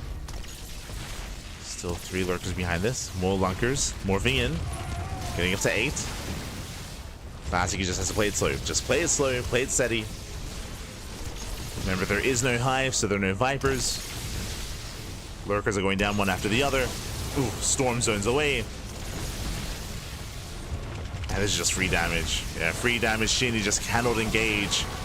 Not into this many storms. Classic, he has done it. He's reached his final form here with the Sky Trolls, with his ground army to support as well. It's an ambitious spore. Flanking storm. And SHIN, he's down to what? Down to 10 Hydras, 1 lurker. Oh my god, the storms are brutal. And Classic, he does it. He does it. He has broken the back of SHIN. He's pushing into the final base. GG gets called, and Classic, he will take a lead in the series at 2-1. Whew, GG. Oh my god. Classic will take a lead. Again, a very intense back and forth. We did get into the mid game here, that is true, but alas, SHIN, he was out of position, was caught off guard when it came to the base trade. Classic was just all over it. On top of that, Classic just had a stronger mid game as well, catching out Hydras, catching out some high-tech units, and of course enjoying a greater economy. GG. GG, well played. Just catching up with the chat. First year of subbing to the best channel on Twitch. Thank you for all you and crew do for StarCraft 2.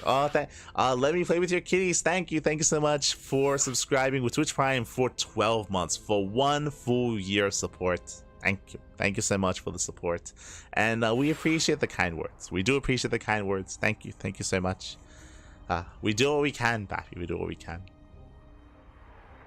and as always, for the past 5 years for EPT, but I guess we've been casting on the channel for 7 years at this point. 7 years.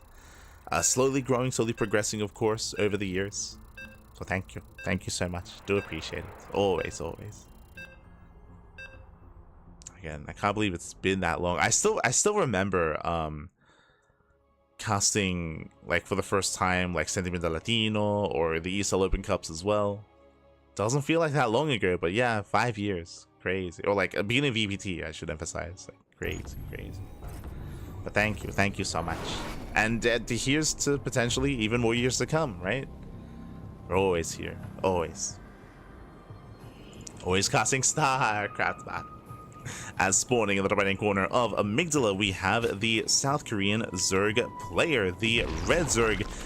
Down in the series, down heavily here in this series. He has a fight back here and now to force the ace match. It is SHIN.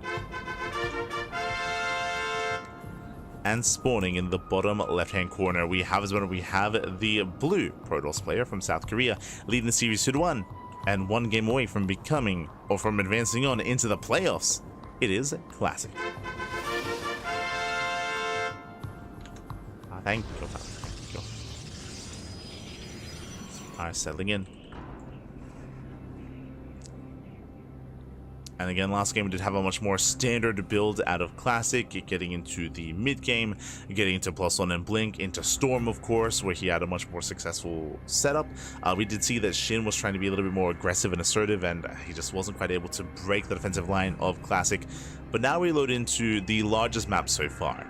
I want to say that Amygdala might be the largest map in the tournament map pool, just because a lot of tournaments have gotten rid of Neon Violet Square, Abyssal Reef, King's Cove. Those 3 old maps have gotten rid of them. As a result, Amygdala and Frostline suddenly are the largest map in the map pool. We're going to get larger than that. I mean, not in these tournaments, at least. So because of that, we should be seeing a very different dynamic. We should not be seeing Glaives here.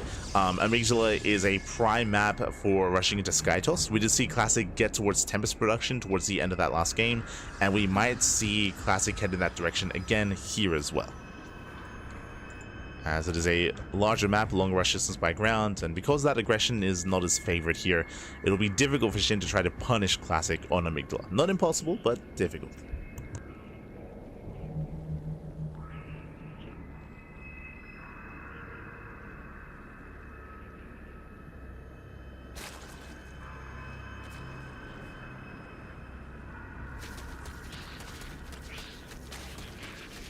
I'm getting my second win. Here we go. So far we have that Stargate opener. Last game, of course, we had Classic opening up Oracle, triple Oracle into third base, into +1 and Blink. We expect something similar here as well. We do expect that on Amygdala. Overlord dips in, and Shin confirms the initial take of choice. Shin does confirm.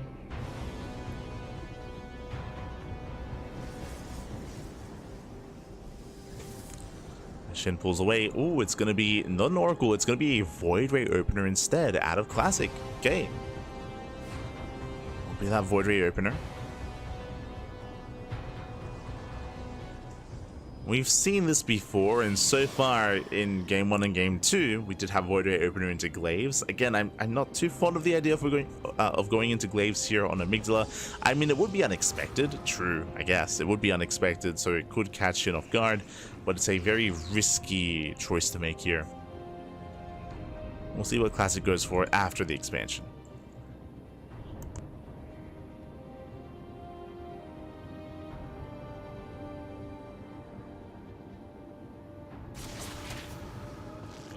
As Adepts do pop off, getting 4 drone kills. Very nice damage so far. I believe that was for 2 Adepts. Yeah, for 2 Adepts, 4 drones. Overlord is hunted down. We see Shin moving in to attempt to delay the expansion, but the Void Ray is in position. Void Ray will defend.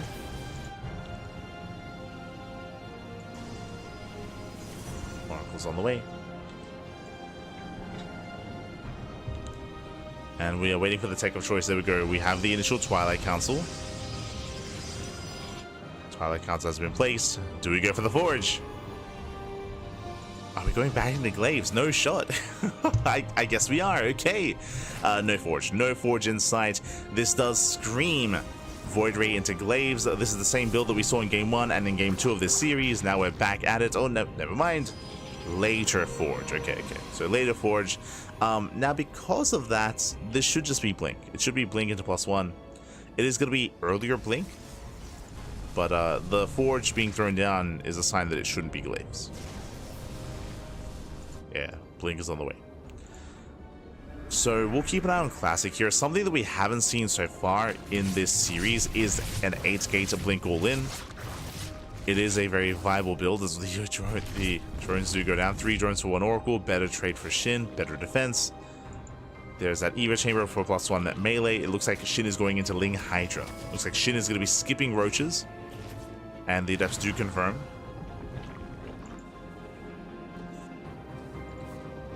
So Shin is embracing that Ling Hydra. Speaking of, yep, there's that Hydrogen, as I did mention. Meanwhile, Classic is going for a Gateway Explosion. 6 gates so far. We'll see if he throws down any more.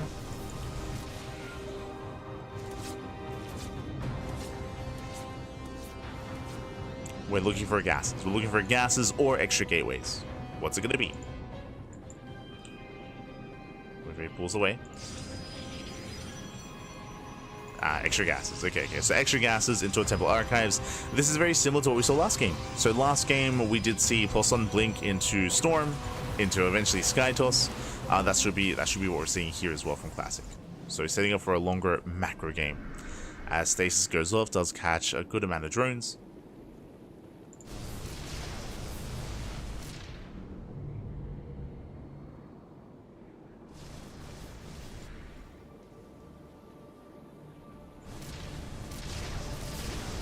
And SHIN likewise is droning up as well. SHIN is droning. We do expect SHIN to tech up. He has yet to throw down an infestation bit, so we'll keep an eye out for pits, for hive tech and lurkers. For now, SHIN is staking and staying on a lair tech composition.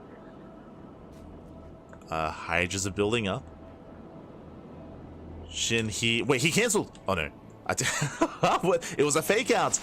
It just clicked together. I was wait, hold on, is he going for an all-in? I didn't see +1 range. No upgrade, 0 upgrades here. We just assumed it was going to be +1 melee, but SHIN, he's not droning. He's not droning up. He is going for a 3-base all-in. You can see here, it doesn't take his gas either. So the Evo chamber was a fake out. He is not getting any upgrades. It's all or nothing massling Hydra out of SHIN. Cheeky build. Remember, this Evo chamber got scouted, so seeing the Evo chamber does confirm to Classic that he can macro, but really he cannot. Here we go. Here we go. It's the all-in here from SHIN. Storm is ready. Either SHIN breaks Classic here and now, or he dies trying. The storms are solid. Oh my god. Storms a pop-off against the Hydras. Another storm as well. We don't want to be too wasteful though. The Lings are coming in. Now there's no more storms. Yeah, the storms, they were spent earlier. Lings, they get us around. Classic is in trouble. He has to back off. So far, nice positioning. He pulls back to the shield battery. Sentry gets caught. Sorry, High Templar gets caught. But Classic is holding. Classic is holding on. Zelze coming to reinforce. These are slow lots. Charge finishing up in 10 seconds. Charge finishing in 7. And with charge, he can just dive on in. Takes down the Lings, takes down the Hydras, and Classic is overwhelming. He's snowballing out of control. This was a cheeky build here by SHIN, faking out the upgrade, faking out the Evo chamber. But alas, I don't think he was expecting that many storms. And with that, Classic, he holds. And Classic, he has 78 probes. Classic has a booming economy compared to SHIN. Remember, SHIN, he has not been droning and he's not been teching. There's nothing here. There's no setup for Hive, no setup for upgrades, no setup for anything else other than Ling Hydra. The longer this goes on, the better it is for Classic, and the worse it becomes for SHIN. And at this point, I don't see SHIN breaking this. Unless we can somehow avoid all these storms. That's 4 more storms. Yeah, there's no shot. Yeah, there's no shot. There's just too many storms. As SHIN is just being bullied back. SHIN, he had a strong start to the broadcast. He did win the initial best of 3. But here, the best of 5. GG gets called. SHIN, he will tap out. He will fail in his all-in. And Classic will take the series at 3-1, advancing on to the playoffs. GG. Whew. GG, well played. Congratulations here to Classic. It was a wild build out of SHIN. I was not expecting it, especially on amygdala level maps where all-ins are not as strong, they're not as favored, just because the map is larger, the rush distance by ground is longer. But SHIN with the fake out, he did not make any upgrades, he did not drone either. He cut workers at 3-base saturation and just made nothing but Lings and Hydras. He was hoping to catch Classic with his pants down, but again, Classic, he had like what, 5 or 6 High Templar with his army. It was crazy just how many High Templar he had banked up, and he had plenty of storms to buy time and to defend. GG. GG, well played. Classic, he will take the series, and with that, let's head on over here to the groups and figure out where we are and catch up on everything that's been going on. Here we go. And from the top, we did have Clem, of course. Clem, he did advance out in first place. Clem took down Nice 2-0, and Clem took down SHIN 3-1 to make it here into out of the groups and into the playoffs in first place. Meanwhile, we had SHIN. Initially, he had a good start. SHIN, he took down Classic 2-1 in the best of 3. SHIN also took a map off of Clem, but in the rematch, Shin did struggle that much more. Hyper aggression out of Classic early on, and then we saw Shin himself be the aggressor with mixed success. As clearly you could see here, he attempted the all-in, did fail. We did see some similar setups previously in the series as well. So congratulations to Classic, as Classic, he gets his revenge, and Classic makes it out in second place. GG, well played. Congratulations to the Classic. My condolences to Shin. Shin, he played well. He did play well. He fought his heart out and went the distance as well, making it all the way to the decider match, and even then, even taking maps off of Clem. But Classic, he will be our victor here today. Congratulations to Classic. Shout out to Classic and Clem. They've both made it through. My condolences to Shin and Nice, as they are both eliminated from the tournament. Shin and Nice, they are no longer a part of this. And now we can have a look at the overall Wikipedia page and catch up on what comes next in this tournament. Oh boy. Here we go.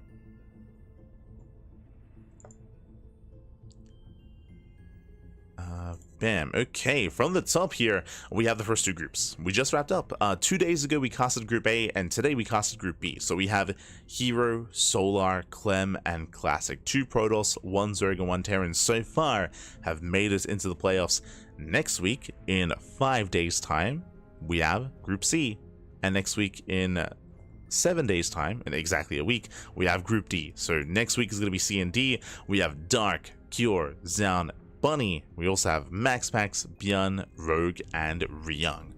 Oh boy, so 2 groups remaining here. We're going to be wrapping that up next week, and the week after that, we're going to be catching up on the playoffs. The playoffs, of course, are here. Top 8 players, single elimination bracket. That is going to be the playoffs here. That will be at the end of the month. That'll be in 2 weeks' time. But until then, next week, we have the remainder of the group stage. So do make sure you mark your calendars and tune in. It's going to be a blast, I'm sure. It's going to be a great time catching up with all these players and going over all these matches. Oh boy. So we'll see who will join Hero, Clem, Solar, and Classic in those playoffs. See who will join them. Otherwise, thanks for watching. Thanks for tuning in. Hope you all had a great time here tonight. When it comes to the rest of our schedule, we just wrapped up with our Thursday broadcast. You can see here the Rex April Madness has concluded, and up next at 9 AM KST, that is 10 AM AEST, that is in 9 hours. In 9 hours time, we're going to be live with the CranKy show matches. We're going to be live with a best of 9 between Clem and Dark, and a best of 9 between Björn and Hero. So 2 best of 9s. We're going to be featuring them back to back during the CranKy show matches. Also at 5 PM KST, that is at 6 PM AST tomorrow afternoon, we're going to be live with the Chicken King Cup, number 7, I believe, which is another big 8-player invitational featuring players like Zaun, featuring players like Björn, and many others. I believe Kyo as well. Some of the top Koreans are facing off in that 2-day event. You can see there on Friday and on Saturday as well. So 2 days of the Chicken King Cup. Make sure you're a part of it. Meanwhile, outside of that, we do have the Kung Fu Cup Warcraft 3 edition on Saturday. We have the beginning of the HSL Hispanic Star League playoffs on Sunday, and Sparkling Tuna Cup on Sunday as well. So 2 casts a day every single day. Again, it is a very intense broadcasting schedule this week. Usually we try to have at least half a day off, but specifically this week we were notified about the Chicken King Cup and also of the Rex April Madness.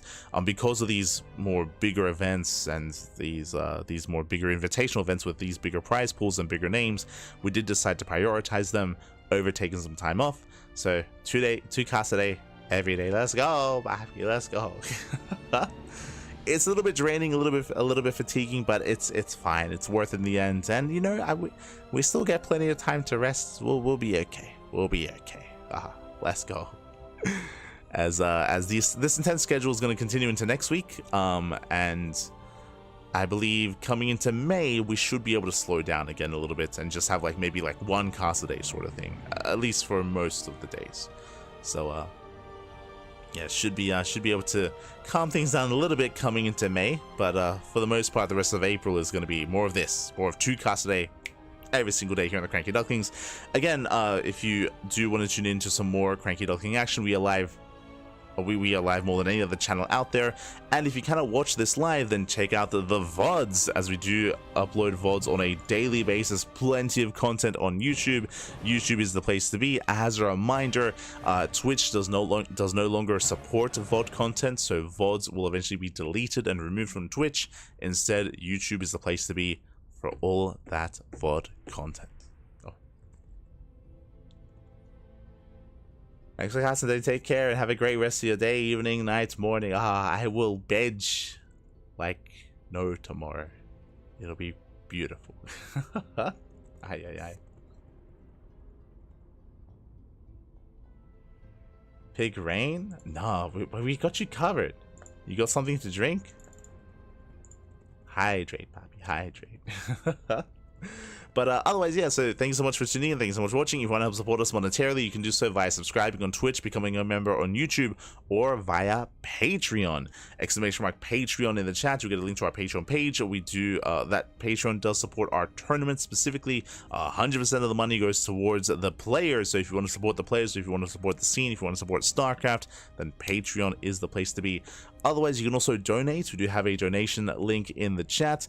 We don't often get donations here on the channel, but you know, if you wish, you can do so via the donation link as well, if you wish. Otherwise, thank you for watching. Thank you for watching. Thank you for beautiful. Thank you for watching. Thank you for supporting. We're gonna be heading off. We'll be back in 9 hours' time with those best of 9 show matches with Beyond versus Dark in a best of 9. So we'll see you in 9 hours. Otherwise, thanks for watching. Stick around. We're going to be giving another StarCraft streamer a raid who is live at the moment. Who is live? Who can we send everyone over to? Let us have a look. Your Nice is streaming. Okay, okay. I'm tempted to raid All Mate Nice. Rex is about to go offline, I believe. We'll find something to raid. Otherwise, thanks for watching. Thanks for support, and we'll see you guys next time. Until then, ciao, papi, ciao. Hasta luego. See you next time.